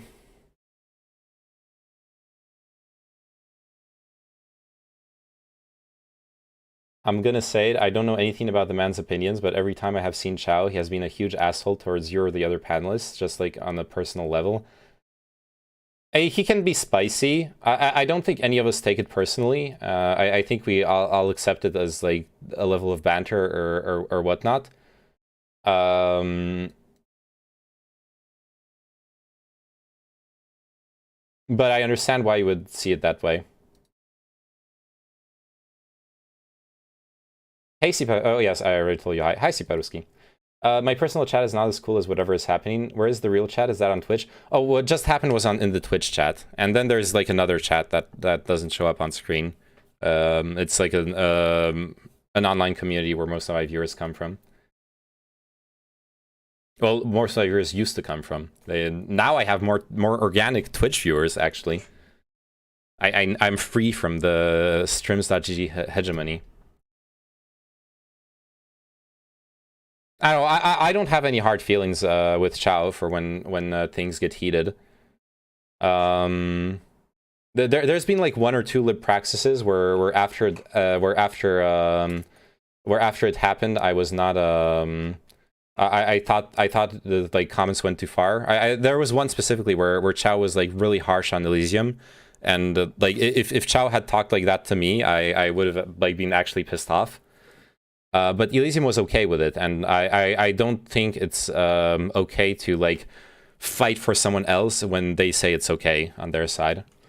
Simply because people accept bad behavior doesn't make it okay. Not a fan of that kind of reinforcement. That's fair, but I'm trying to balance out the fact that like I said, I don't want my chat to be a place where people talk to each other that way.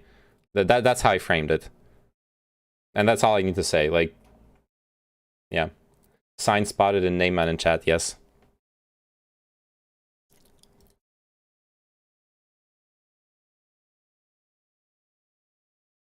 Anyways, many on the anti-imperialist left aren't really anti-imperialist. They just have an instinctive aversion to American power. I want to just hop real quick on Twitch, see if a certain streamer is streaming. Since we're on the subject, sort of like.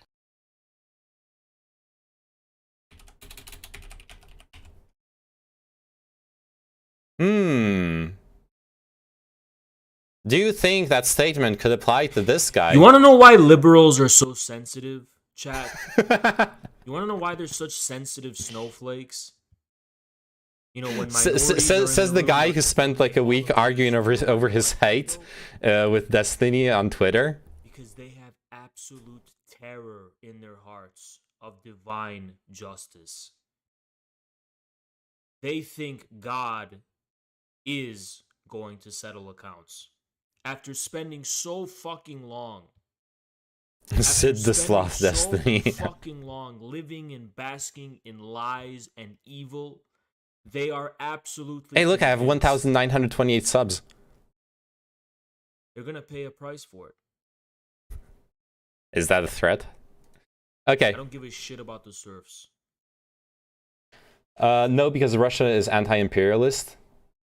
That's delusional. Russia it literally treats like it's literally the definition of imperialism. A foreign military intervention trumping the self-determination of neighboring states based on like their version of the Monroe Doctrine. It's fucking imperialism. No is the truth. That's not an argument. Like, look at Chechnya, look at Georgia, look at Ukraine. Those are not the actions of an anti-imperialist state.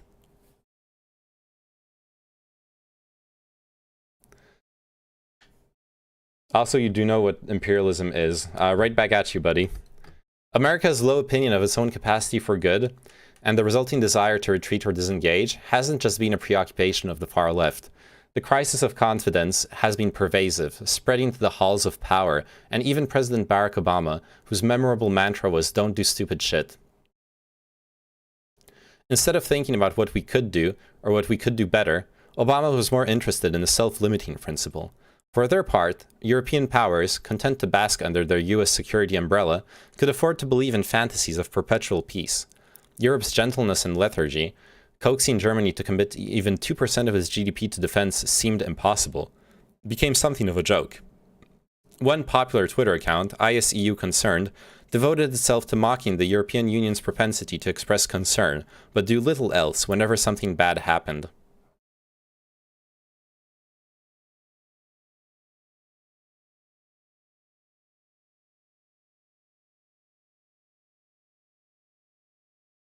Why is everyone stuck in the 1850s talking about imperialism? Because it's because imperialism is a bad word, right? It's considered morally abhorrent. So like so it's basically thrown about as a justification, right? Because the US was imperialist, then the US bad, so anything that opposes the US equals good. And which is why I point out that the very thing that people denounce in the US foreign policy that's considered imperialist is the same thing that you can denounce in Russia's foreign policy, which dismantles the moral high ground that people think they have when accusing the US of being imperialist or claiming that Russia is anti-imperialist. It's not about morals. It literally is about moral high ground.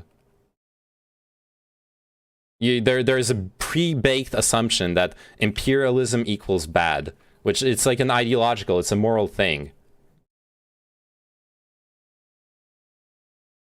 I'm sorry, Siparuski, but that's disingenuous.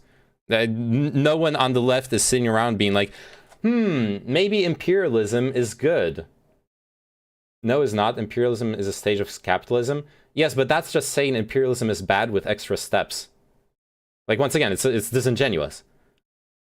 You have zero idea what you're talking about. Okay.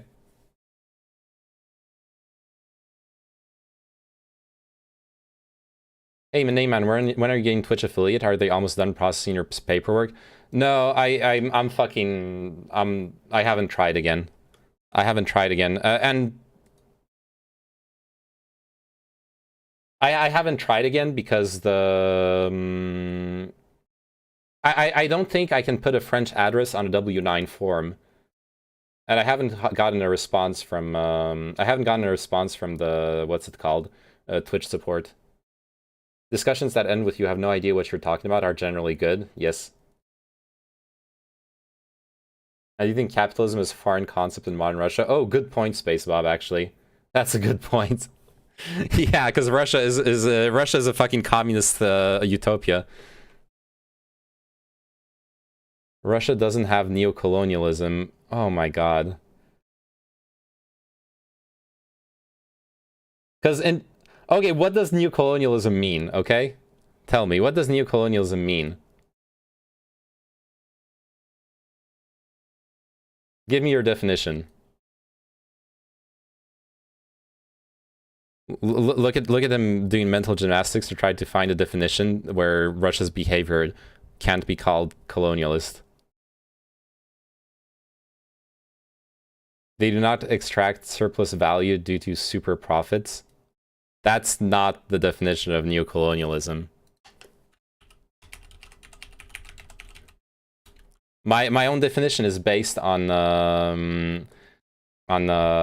first off, before looking like an official definition, my off the top of my head definition is very simple. It's about perpetuating colonial exploitation and colonial power dynamics through soft power and intervention.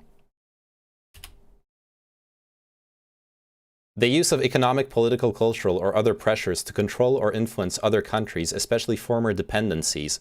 I was pretty close. Guess what? What do you call Russia using economic, political, cultural, or other pressures to control or influence Belarus, which is a former dependency? What do you call it using economic, political, cultural, or other pressures to control Kazakhstan, to control Chechnya, which are former dependencies? You have a broken definition of neocolonialism.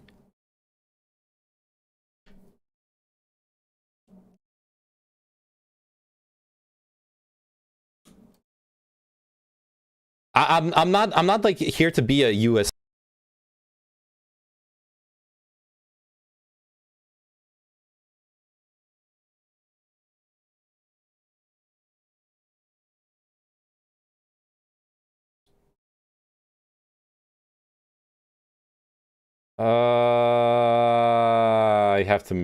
I have to restart the stream.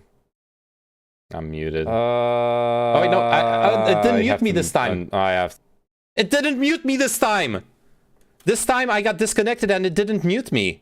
Holy shit, poggers. Turn on disconnect protection, dummy. Yeah, I probably should. Refreshing unmutes. No, yesterday when I got disconnected, it didn't. It did not unmute. That's what happens when you time me out. True. Chechnya is not independent, however, her name, so that's not neo, but that would be just regular colonialism. Fair enough. Yeah. Not a US shill. Immediately disconnects. Yeah. Look, my CIA money couldn't pay my internet connection anymore. It's because I'm here now. Yes. Okay. I'm continuing the article. Here's what imperialism actually is. I'm expecting a very weird Lenin in 5 minutes imperialism. Welcome to Lenin in 5 minutes. Today's topic, Lenin's theory of imperialism. To understand Lenin's arguments about imperialism, we need to get a better grasp of one of the most central concepts in Lenin's geopolitics, finance capital. Unfortunately, capital, in the Marxist terms, is a very frustrating concept to define. Marx was not satisfied with defining capital simply as money, or money used in the production process. For Marx, capital is a process that defines the social relations of production. Capital is value in the process of self-valorization, and thus can manifest itself as money, but can equally manifest itself as the commodities or the means of production involved in the productive process. This is why this is like some of the stuff that I like in from Marxist theory. Anyways. Finance capital is then capital that has accumulated beyond the production process and circulates within the banking and investment structures.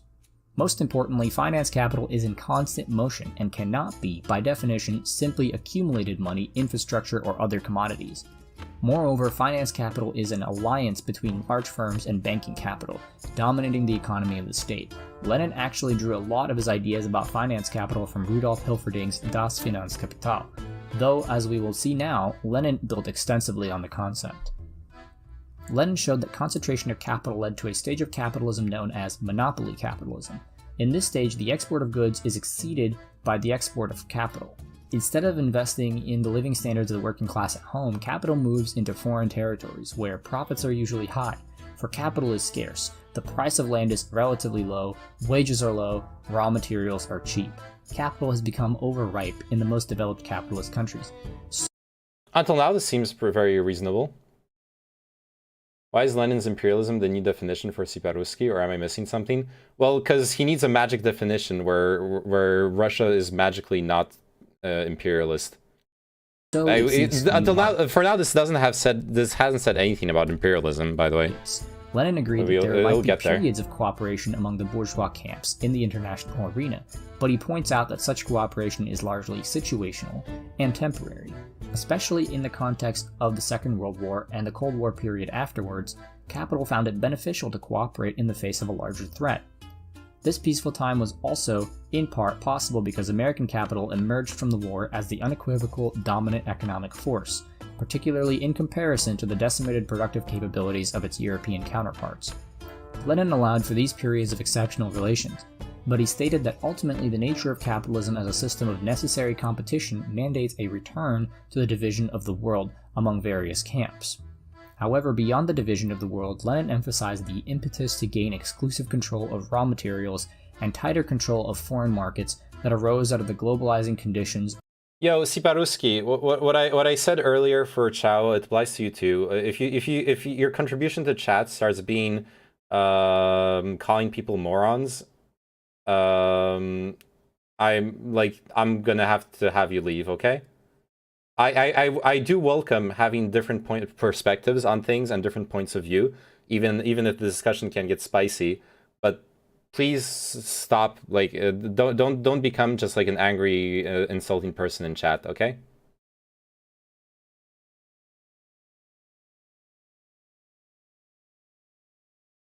Of the monopoly stage of capitalism.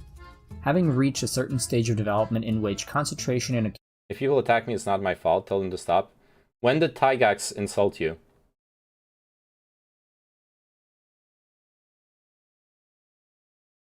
I scrolled up. Tygax attacked your ideas, not you as a person.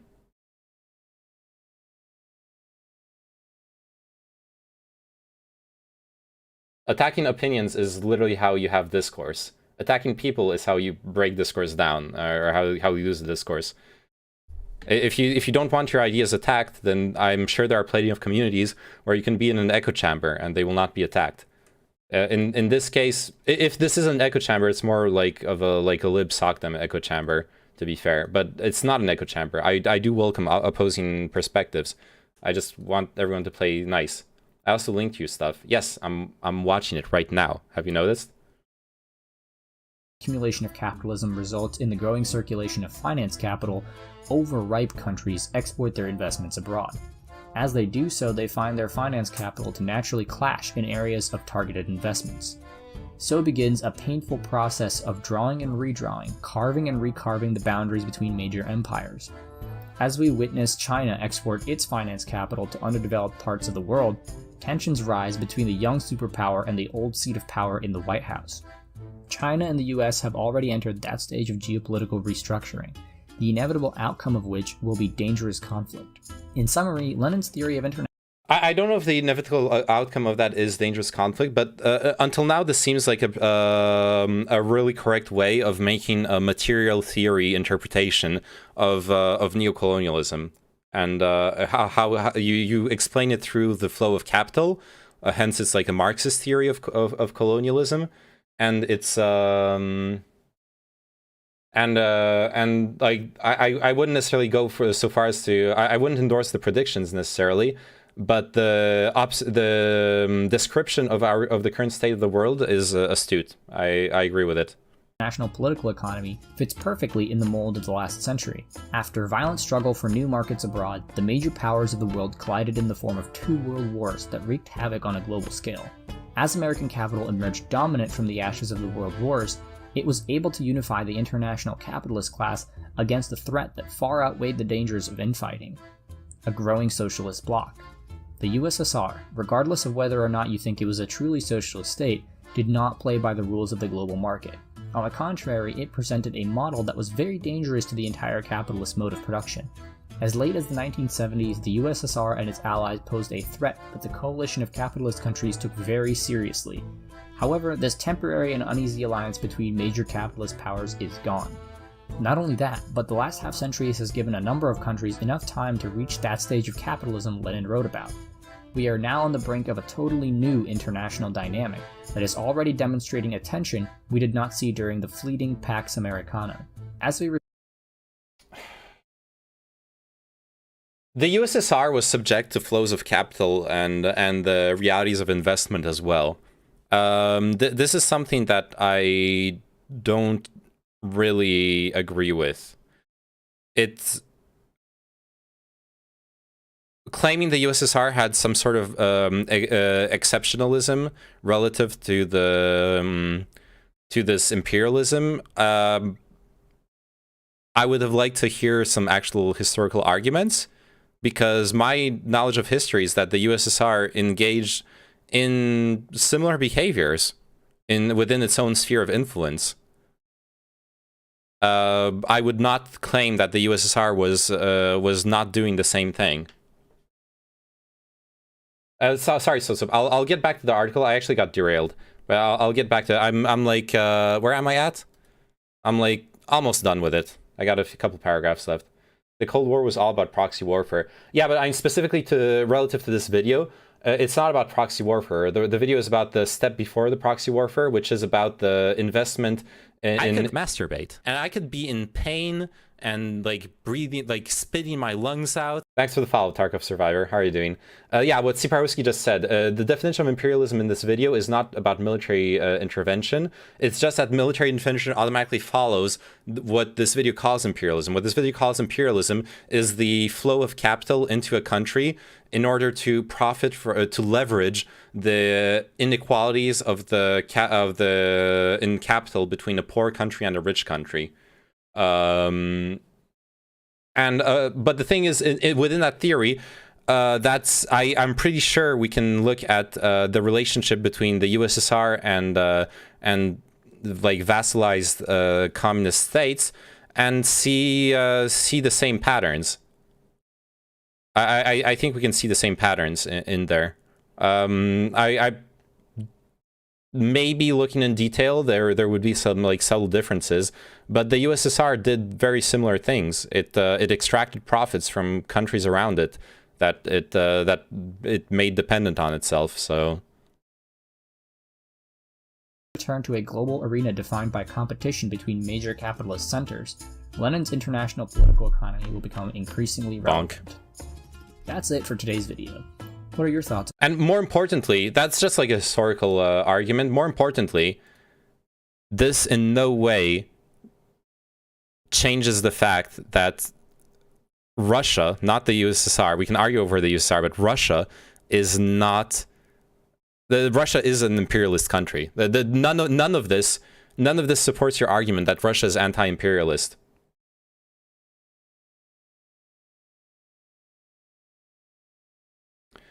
No, the USSR didn't extract profits. Tell that to Eastern European countries whose factories were pillaged after World War II to build up the Russian economy. The collapse of Cuba and the DPRK following the fall of the USSR shows that they weren't acting imperialistically. I don't think it shows what you think it shows. I don't see how it shows that. You're like either skipping a few steps in the reasoning, or seeing something I don't see. But like I don't see that connection. No, they weren't pillaged. They were.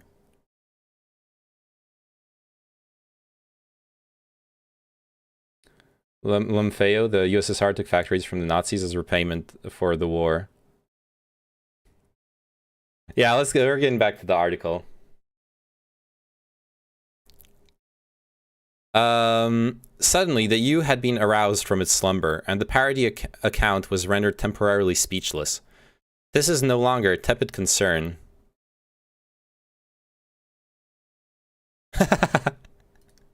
Nice. This is no longer tepid concern, but righteous fury. Member states announced that they would send anti-tank weapons to Ukraine. Germany, for the first time, said that it would ramp up its military budget to 100 billion euros. On the economic front, the EU announced some of the toughest sanctions in history. My podcast co-host, Damir Marusic, an Atlantic Council senior fellow, likened it to a holy war, European style. Jesus Christ, I don't like that comparison. Sometimes unusual and extreme events mark the separation between old and new ways of thinking and being. This week, the Berlin-based journalist Elizabeth Zerowski remarked that the current moment reminded her of the memoir The World of Yesterday, written by the Austrian novelist Stefan Zweig as World War II loomed. In it, he recalls the twilight of the Austro-Hungarian Empire with an almost naive fondness. On the first day of the Ukraine invasion, I happened to be speaking to a group of college students who had no memory of September 11th. I told them that they may be living in history. Those students, like all of us, are bearing witness to one of those rare events that recast how individuals and nations alike view the world they inhabit. The coming weeks, months, and years are likely to be as fascinating as they are terrifying. In a sense, we knew that a great confrontation was coming, even if we hadn't quite envisioned its precise contours. At the start of his presidency, Joe Biden declared that the battle between democracies and autocracies would be the defining struggle of our time. This was grandiose rhetoric, but was it more than that? What does it actually mean to fight such a battle?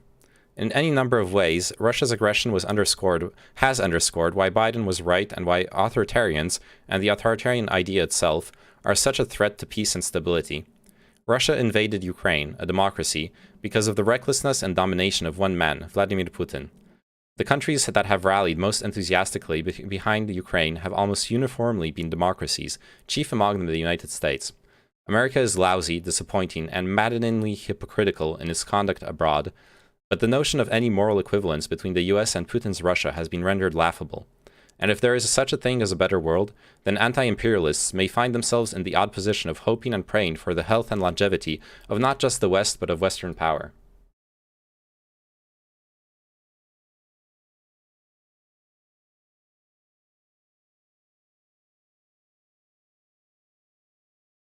I'll link you stuff in DM, so I won't force you to watch it now.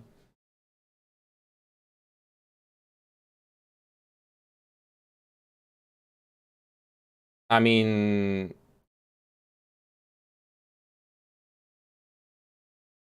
This is anti-materialist nonsense. Putin didn't do the coup in 2014. Neither did the US, come on. Putin didn't arm the Nazis. Neither did NATO. NATO armed Ukraine, not the fucking Nazis. And the response to NATO expansion is not to destroy your fucking neighboring country. The US was definitely involved in the Euromaidan coup of 2014.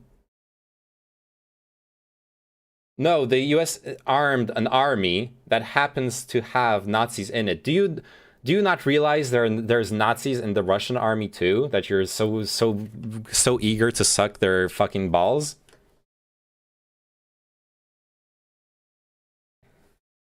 I'm sorry, I'm being mean, but like this, like yes, the Azov battalion should have been disbanded, honestly, but Jesus Christ. I'm just tired of addressing this argument time and time again. It's not like your fault, but it's every day. Ball sucking is okay. I agree, ball sucking is pretty based, actually. How are you doing, Spaniard? I'm doing okay. The Russian army doesn't have Nazi patches or an open Nazi battalion. That's some weak whataboutism. They do have... But I already know where the talking points. I'm going to talk about the Wagner group, and you're going to be like, oh, but no, the Wagner group, you know, they're only hired by the Russian government, but they're actually mercenaries. They're not, they're not actual Russian army. So, like, when Russia does it, when Russia does it, it's like, oh, it's plausible, you know, they're... imagine if the US hired a private military contractor group regularly, had them intervene in bloody conflicts, and then had them, and then it turned out they were Nazis, or were led by a Nazi specifically. How would you turn that into, how would you view that if it was the US doing it? There is conclusive proof that Wagner is Nazi, yes. And most importantly, yes, Russia supports Nazi groups within Russia. Like Putin supports ultranationalist, fascist groups in Russia and in the rest of the world. Putin has done more to support far-right movements in the world than the US has done in the past 20 years.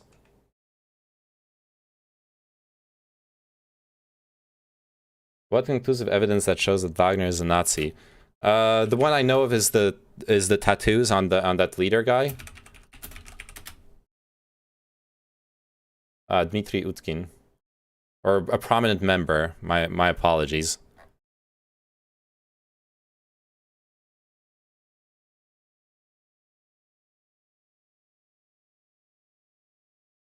There's no proof that he's the leader. Come on.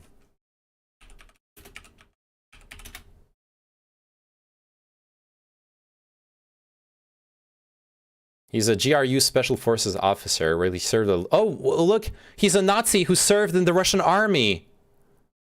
Oh, oops! Oops! A Nazi served in the Russian army! Oh no, I think we need to invade Russia.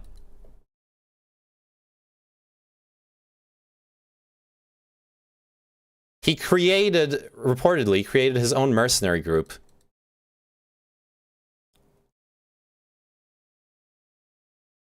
He reportedly created the mercenary group, but he's not their leader. You have a very interesting interpretation of what is a leader and what isn't.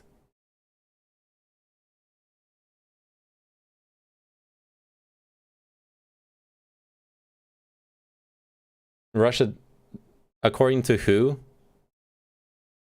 According to the Daily Storm. That's a Russian article, so I'm not going to be able to actually read it.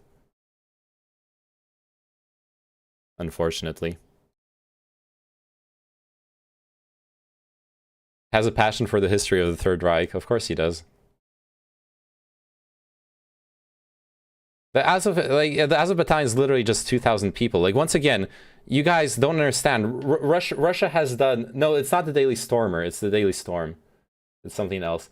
Russia has done more for Nazi movements across the globe in the past 20 years than the US has done. It's like this is so fucking insane to you're not even addressing that. Who do you think has been funding far right groups across Europe and the US?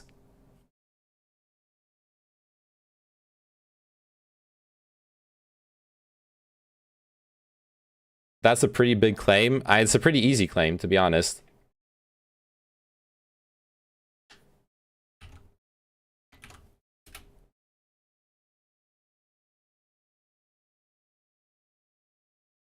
From Al Qaeda to neo-Nazis, Western support for foreign fighters. Yeah, the West has supported the wrong fighters in various fights. Like I'm not gonna defend. I'm not defending the fact that the Azov Battalion is getting weapons. But you're getting baited. This convo was about Ukraine versus Russia. There's no U.S. involvement. Yeah, as well. Like you guys are actually like gish galloping me, literally. The U.S. did not stage the coup in 2014. The U.S. Has been helping the Ukrainian army, which happens to have the Azov Battalion within it, which is a problem. I'm not gonna not condemn the Azov Battalion, but the goal was to help the Ukrainian army, which is not a Nazi army. The Ukrainian government is not a Nazi government, and Russia is actually an authoritarian, brutal dictatorship. Or well, Putin's government is actually a brutal dictatorship that has been supporting far-right movements and destabilizing democracies across the world, even when they weren't directly impeding the self-determination of a neighboring country, which, by the way, is imperialism. You're wrong, Siperuski. And you're wrong, Tarkov. Like, you're both wrong. Yeah. All you have to respond to what I'm saying is repeat the same things. Like it's just gonna go in circles.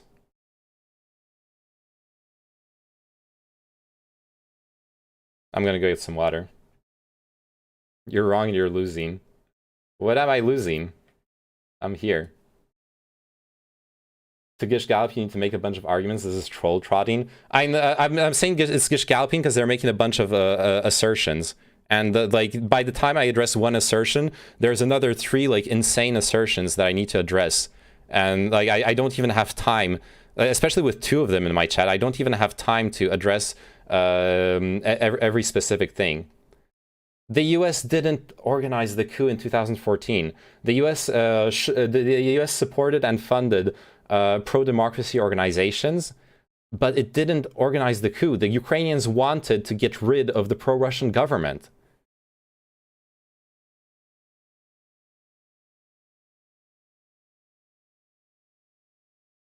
And you can call it a coup. It was not a CIA coup. Jesus Christ. How naive are you? Oh, well, you're okay. So you don't believe the fact that the Ukrainian people actually wanted to separate, to have their will to join the EU respected by the government, but you're going to be the first one to talk to me about the 2014 referendum in Crimea. Like, come on.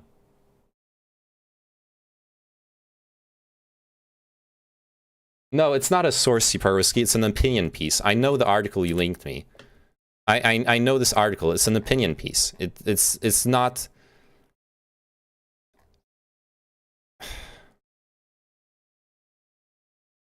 What referendum? No, I'm talking about the Crimean referendum.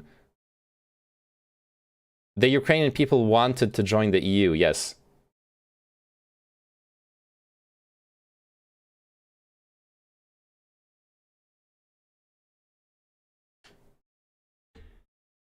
I keep it civil, Jackanader.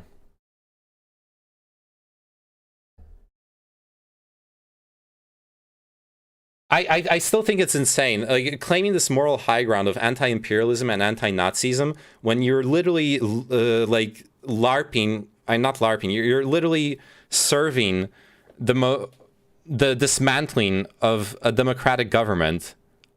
You're justifying the murder of thousands of people in the name of some bullshit moralization. You are the very thing you claim to fight. That's what I find so sad in what you guys are saying.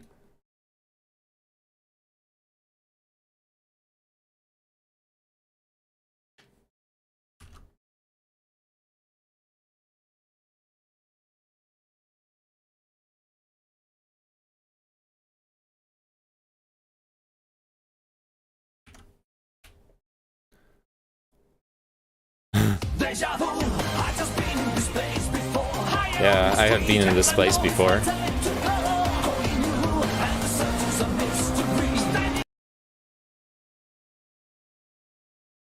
Here's another video about the coup. No.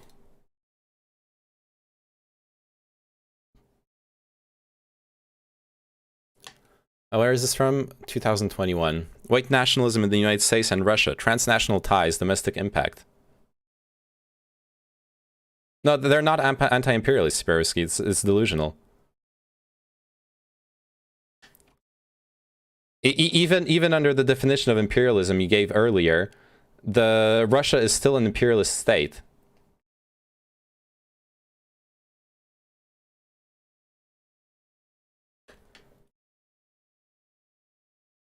The USA is the greatest imperialist threat to humanity. Wow, talk about some hyperbole. Even if Russia was imperialist, which they are, it's not about monopolistic financial industries capable of oppressing other nations. You can oppress nations without financial monopolistic industries. Your narrow fucking Leninist view of imperialism is so fucking myopic. All that to protect your bullshit moral high ground. How did Neyman get so many pro-Putin people in his chat? It's just put Ukraine in your title and stream in the politics section.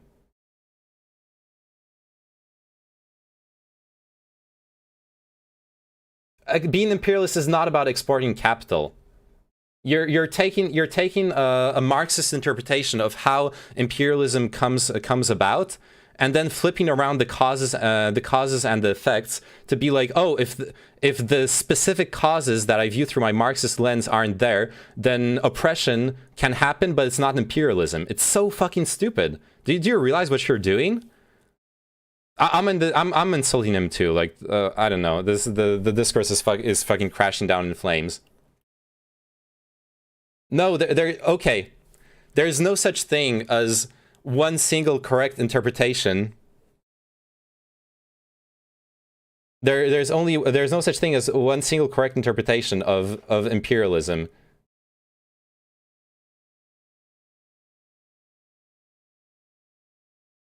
Russia fights Nazis. I don't know. I hear I have an article. Do you actually want to learn about it, Tarkov Survivor? I hear I have an entire article about how the Russians fund Nazis.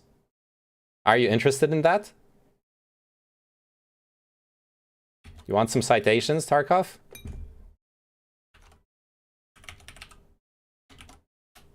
There you go.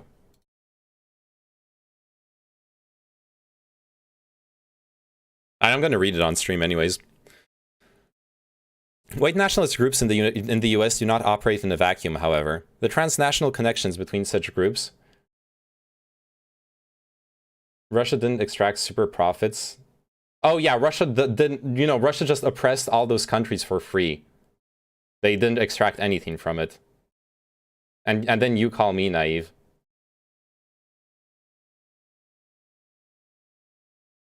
Just for fun, yeah.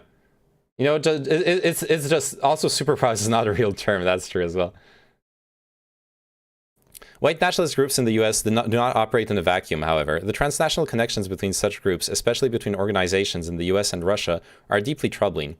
In 2004, white supremacist David Duke called Russia the key to white survival, while another white supremacist, Richard Spencer, recently characterized Russia as the sole white power in the world.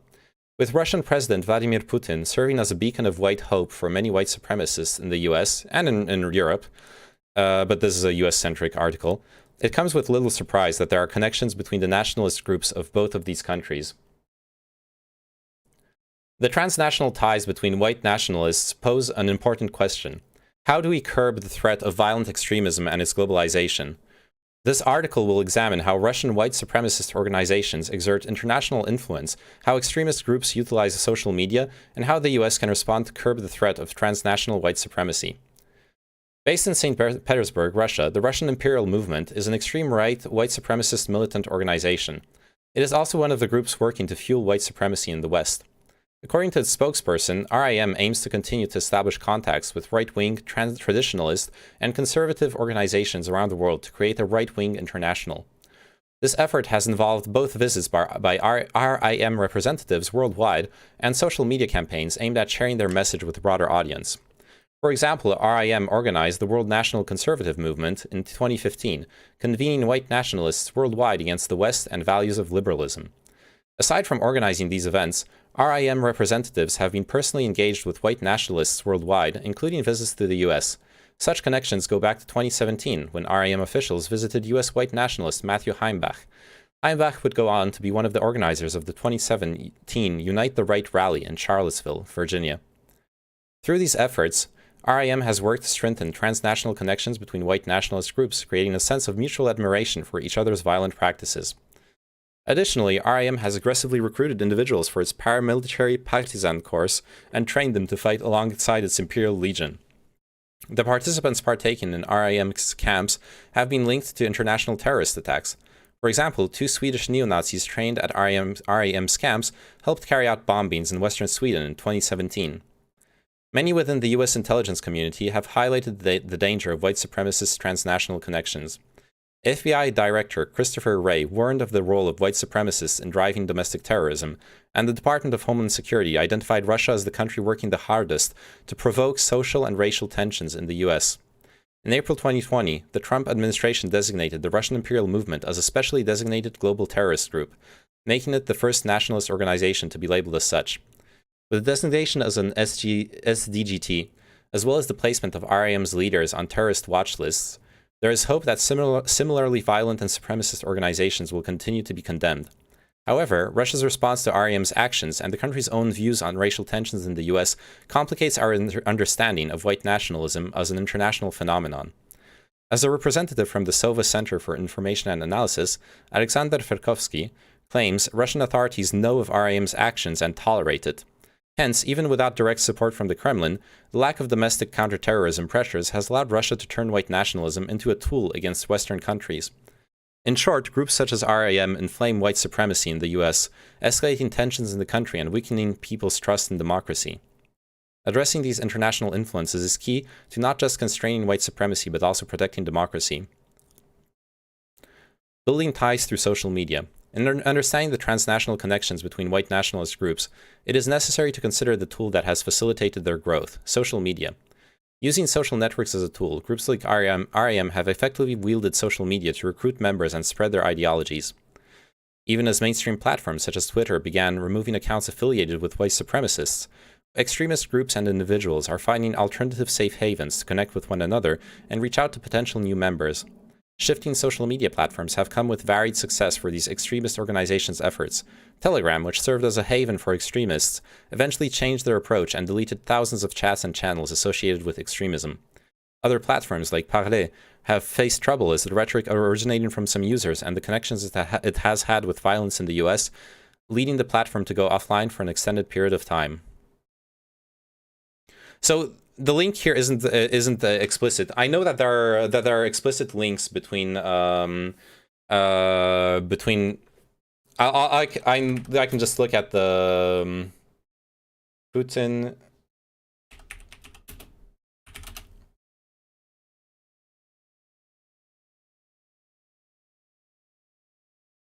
It's going to be a French article because this is about French politics.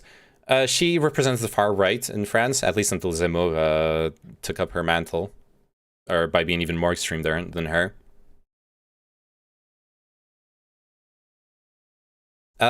French political parties have more or less amicable ties with Russia, and specifically the Kremlin. During the presidential campaign, close people to Emmanuel Macron had announced being victims of several hundreds of daily attacks. Cyber attacks. Another party... Why are they talking about that? Okay. Another party, the other party that got to the second round of the presidential election, the National Front. In May 2017, Mediapart, which is an investigative journalist organization in France, publishes an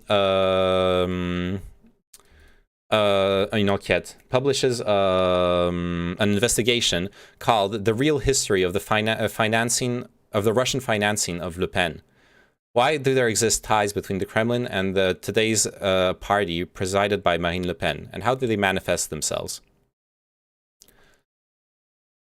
Julien Nossetti, a researcher at the French Institute of International Relations, explains that from at the time of the USSR, Jean-Marie Le Pen, Marine Le Pen's father, did not have a particular affinity. he had an anti-communist stance as a far-right, like almost like Nazi sympathizer person. But after the dislocation of the communist bloc, the founder of the National Front will develop a fascination for the myth of the Great Russia. Indeed, the father of Marine Le Pen will visit Russia several times. Every time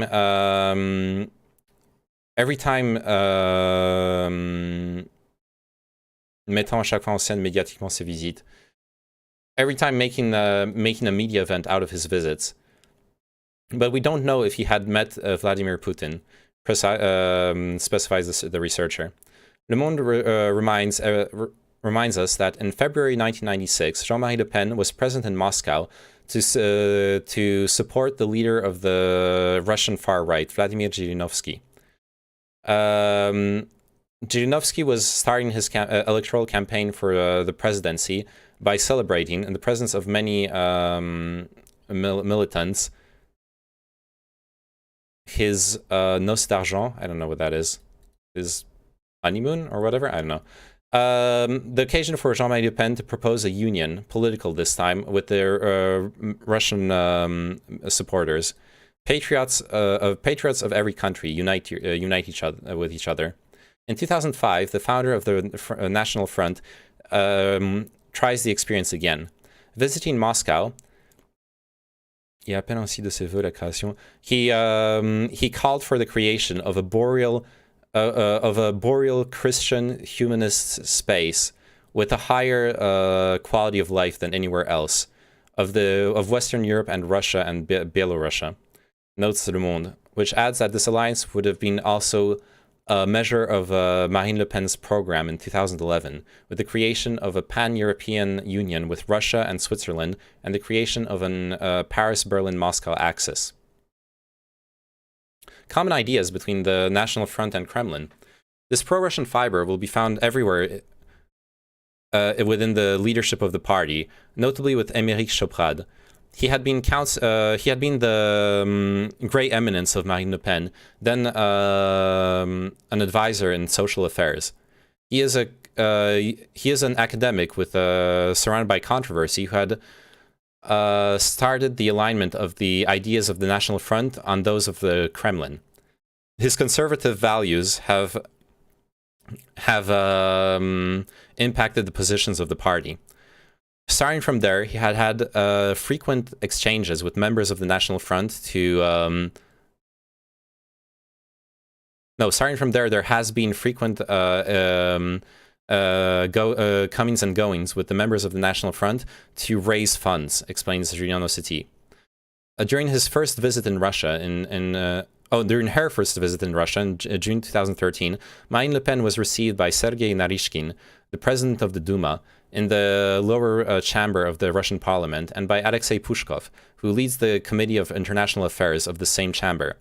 During further visits in April 2014 and May 2015, her further visits will be accommodated with as much respect as the solennité, I guess. So respect is not the right translation for it, but it doesn't matter, as the first. 24th March 2017, in the middle of the presidential French presidential campaign, she'll be officially met by Vladimir Putin. Those repeated visits will have an echo in France. Like the OBS revealed on the 12th of June 2014, Alexandre Orlov, the Russian ambassador in France, officially receives Marine Le Pen and her daughter, Marion Maréchal Le Pen, during a reception given at the embassy to celebrate the Russian National Day.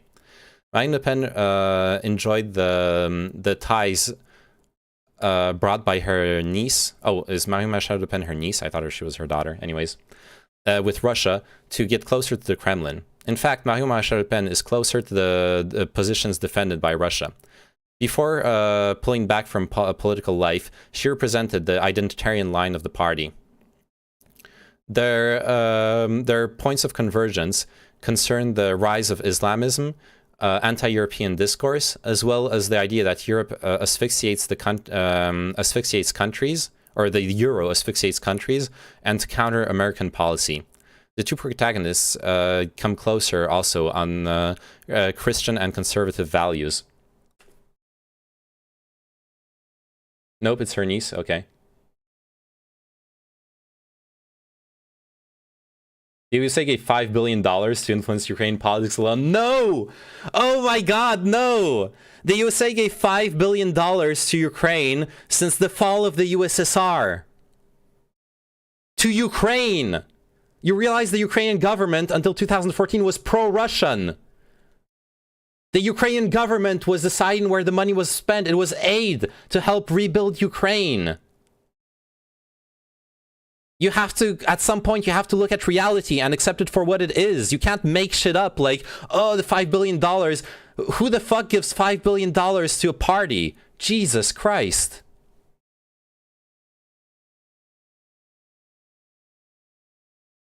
I'm sorry, I'm actually mad about that. I don't want to talk with him in Discord. No, that's not going to be a good discussion. Not when at that level of delusion.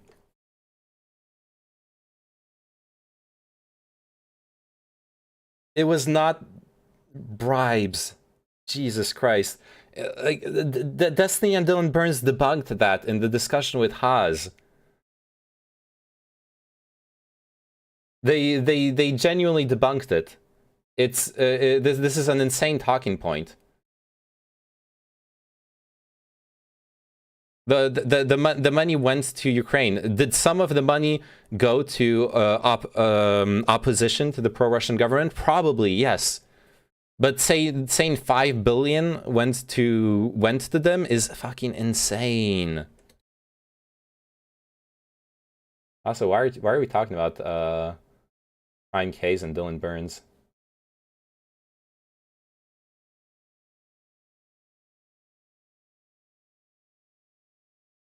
$5 billion in democracy support. Yes. You realize that running elections costs money? That setting up... It's not bribes.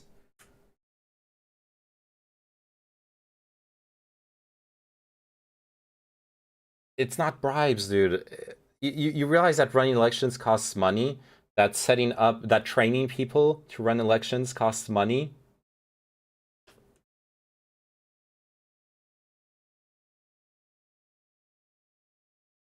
You'd think they just gave $5 billion out of the kindness of their heart. No, they gave $5 billion so it wouldn't become a shithole that would then succumb to the either be a puppet regime entirely by whatever powers around it, and also like there is precedent in Europe for letting countries become shitholes and then be taken over by Nazi governments and start up a lot of shit. There's precedent for that in Europe. There's like a historical will when it comes to US relationships with Europe not to let countries be completely destroyed and to be willing to spend money to help that. And Ukraine has a Nazi government. It doesn't. The Ukrainian government is not a Nazi government. The Ukrainian government is more progressive in any measurable points than the Kremlin's government. The Kremlin is more homophobic. The Kremlin is more xenophobic. The Kremlin is more nationalistic than the Kiev's government. Which doesn't mean that Kiev's government is perfect. It's far from perfect, and I would love it. I would never call Ukraine a successful democracy. It's not just LGBTQ rights, my dude.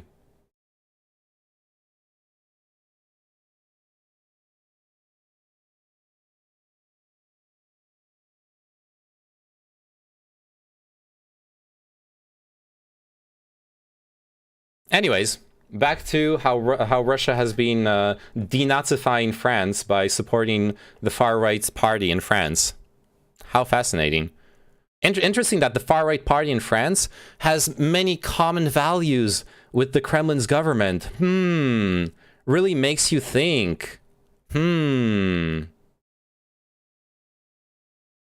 West doesn't get to have an opinion on such things while Bush is free and Assange is jailed. Interesting how you were the one who lambasted me for doing whataboutism earlier. It's almost like two things can be wrong at the same time. Yes, the U.S. has done some very wrong things, and you're probably not going to come back here when I'm not talking about Ukraine, but if you do, you'll know that I'm not here to shill like a blind U.S. nationalist perspective. No, the U.S. did some really fucked up shit, and when I need to call it out on that, I do. I'm not so blind that when the Russia does fucked up shit, I'm like, oh, but it's anti-American, so it's okay. Oh.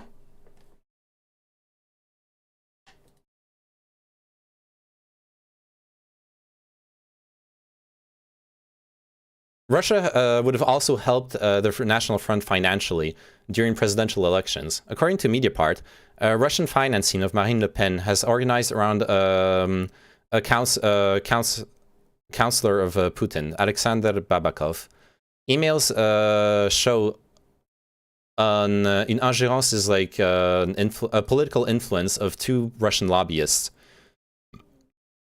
Mediapart adds, Marine Le Pen and her close ones have said and repeated on all their in many ways, French banks were not willing to give out loans to the National Front, and they had to go find money elsewhere.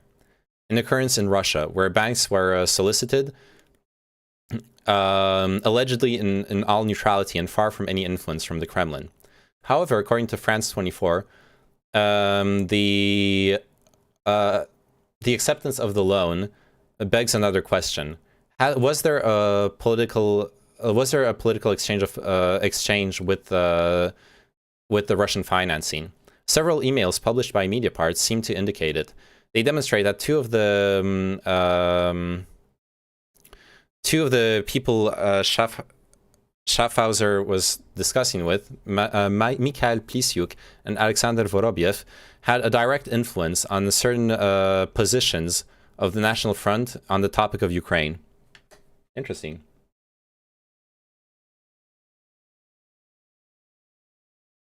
You are complaining about Russia helping Le Pen, but the USA gave $5 billion to help democracy in Ukraine. Yes, good. I'm glad the US gave $5 billion to help democracy in Ukraine. That's not the L. That's not the L you'd think it is. Genuinely. I'm just a French nationalist.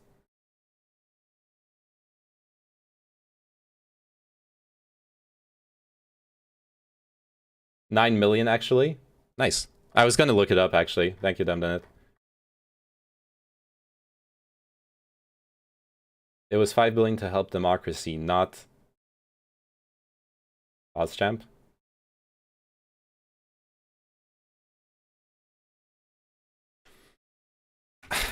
$5 billion. Honestly, if the Russians spend billions to destabilize the West, that would be base. That's literally what's been happening for 20 years.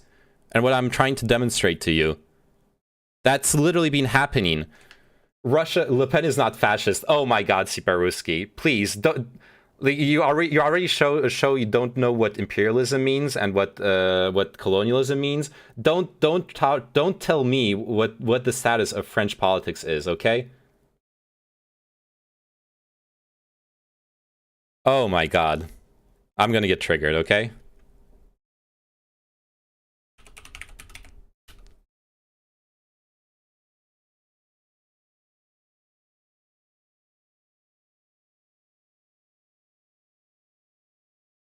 The United States spent $5 billion on Ukraine anti-government riots. It's a conspiracy with mainstream crossover. The United States bankrolled the bloody political uprising in Ukraine. We saw the claim pop up recently in a story on RT, and found lots of talk about it on Reddit, Facebook, and other websites. The claims have the same basic structure. While President Barack Obama publicly said Ukrainians have the right to determine their own future, the US government pumped $5 billion into the country to promote regime change. So is there any truth to this claim? Pundit fact dove in. The roots. The claim is rooted in a December 2013 speech by Assistant Secretary of State for European and Eurasian Affairs Victoria Nuland to the US-Ukraine Foundation, a non-governmental agency that promotes democracy in the former Soviet Republic. Nuland had returned days earlier from her third trip to Ukraine in 5 weeks to assess the protests over President Viktor Yanukovych's policies to move away from the European Union, she said. She made clear the United States supported the protesters' fight and spoke of how she met with Yanukovych, pressing him to end the pushback from Ukrainian security forces because it is absolutely impermissible in a European state, in a democratic state. She described how American taxpayer money has supported Ukraine's democratic development despite the country's challenges. Since Ukraine's independence in 1991, the United States has supported Ukrainians as they build democratic skills and institutions, as they promote civic participation and good governance, all of which are preconditions for Ukraine to achieve its European aspirations. We have invested over $5 billion to assist Ukraine in these and other goals that will ensure a secure and prosperous and democratic Ukraine. We had a feeling that folks repeating the claim missed important context from Nuland's speech. Wasn't Nuland talking about money given since Ukraine broke away from the Soviet Union? The State Department said yes. The insinuation that the US incited the people of Ukraine to riot or rebel is patently false, said the State Department spokeswoman. Since 1992, the government has spent about $5.1 billion to support democracy-building programs in Ukraine, Thompson said, with money flowing mostly from the Department of State via U.S. Agency for International Development, as well as the Departments of Defense, Energy, Agriculture, and others. The United States does this with hundreds of other countries. About $2.4 billion went to programs promoting peace and security, which could include military assistance, border security, human trafficking issues, international narcotics abatement, and law enforcement interdiction. Interesting. Are those bribes? The pro-Russian government, by the way? A pro-Russian government, because remember, we're talking from 1991 to 2013. A pro-Russian government is receiving billions of dollars from the US. And you're claiming that money is going to their opposition? Do you think Yanukovych's government was so fucking dumb that it then sent the money to its opposition? However, some money was earmarked for other causes.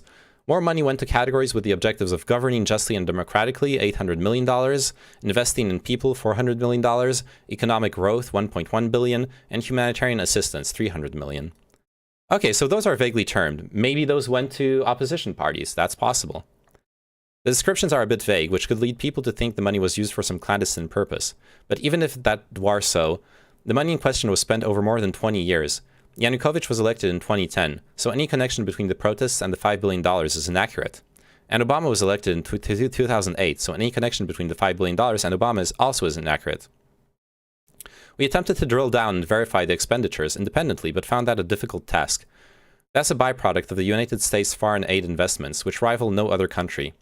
The massive check writing across dozens of agencies to non-governmental organizations to scores of countries and regions around the world is almost impossible to untangle.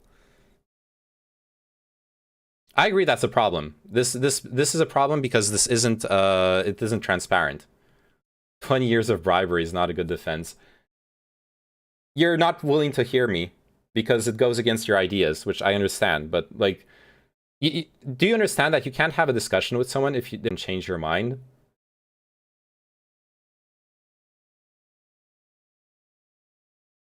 And I understand you don't want to change your mind, but then what are you doing here?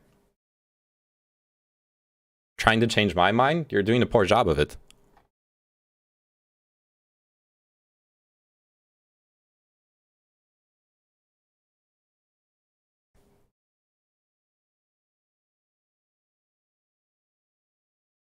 It's not like me showing off that there's the what would change my mind? I mean, it would be rough. You would need to prove to me that like there's so many things that are wrong in what's happening right now.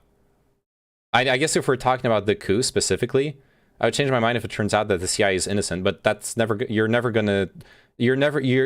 not what I asked. What do you think, what kind of burden of proof are you imposing on me to convince you that the CIA didn't stage the coup? Would polling data showing that the Ukrainians actually supported the getting closer to the EU, would that change your mind? Or would you then be like, the polls are faked? Or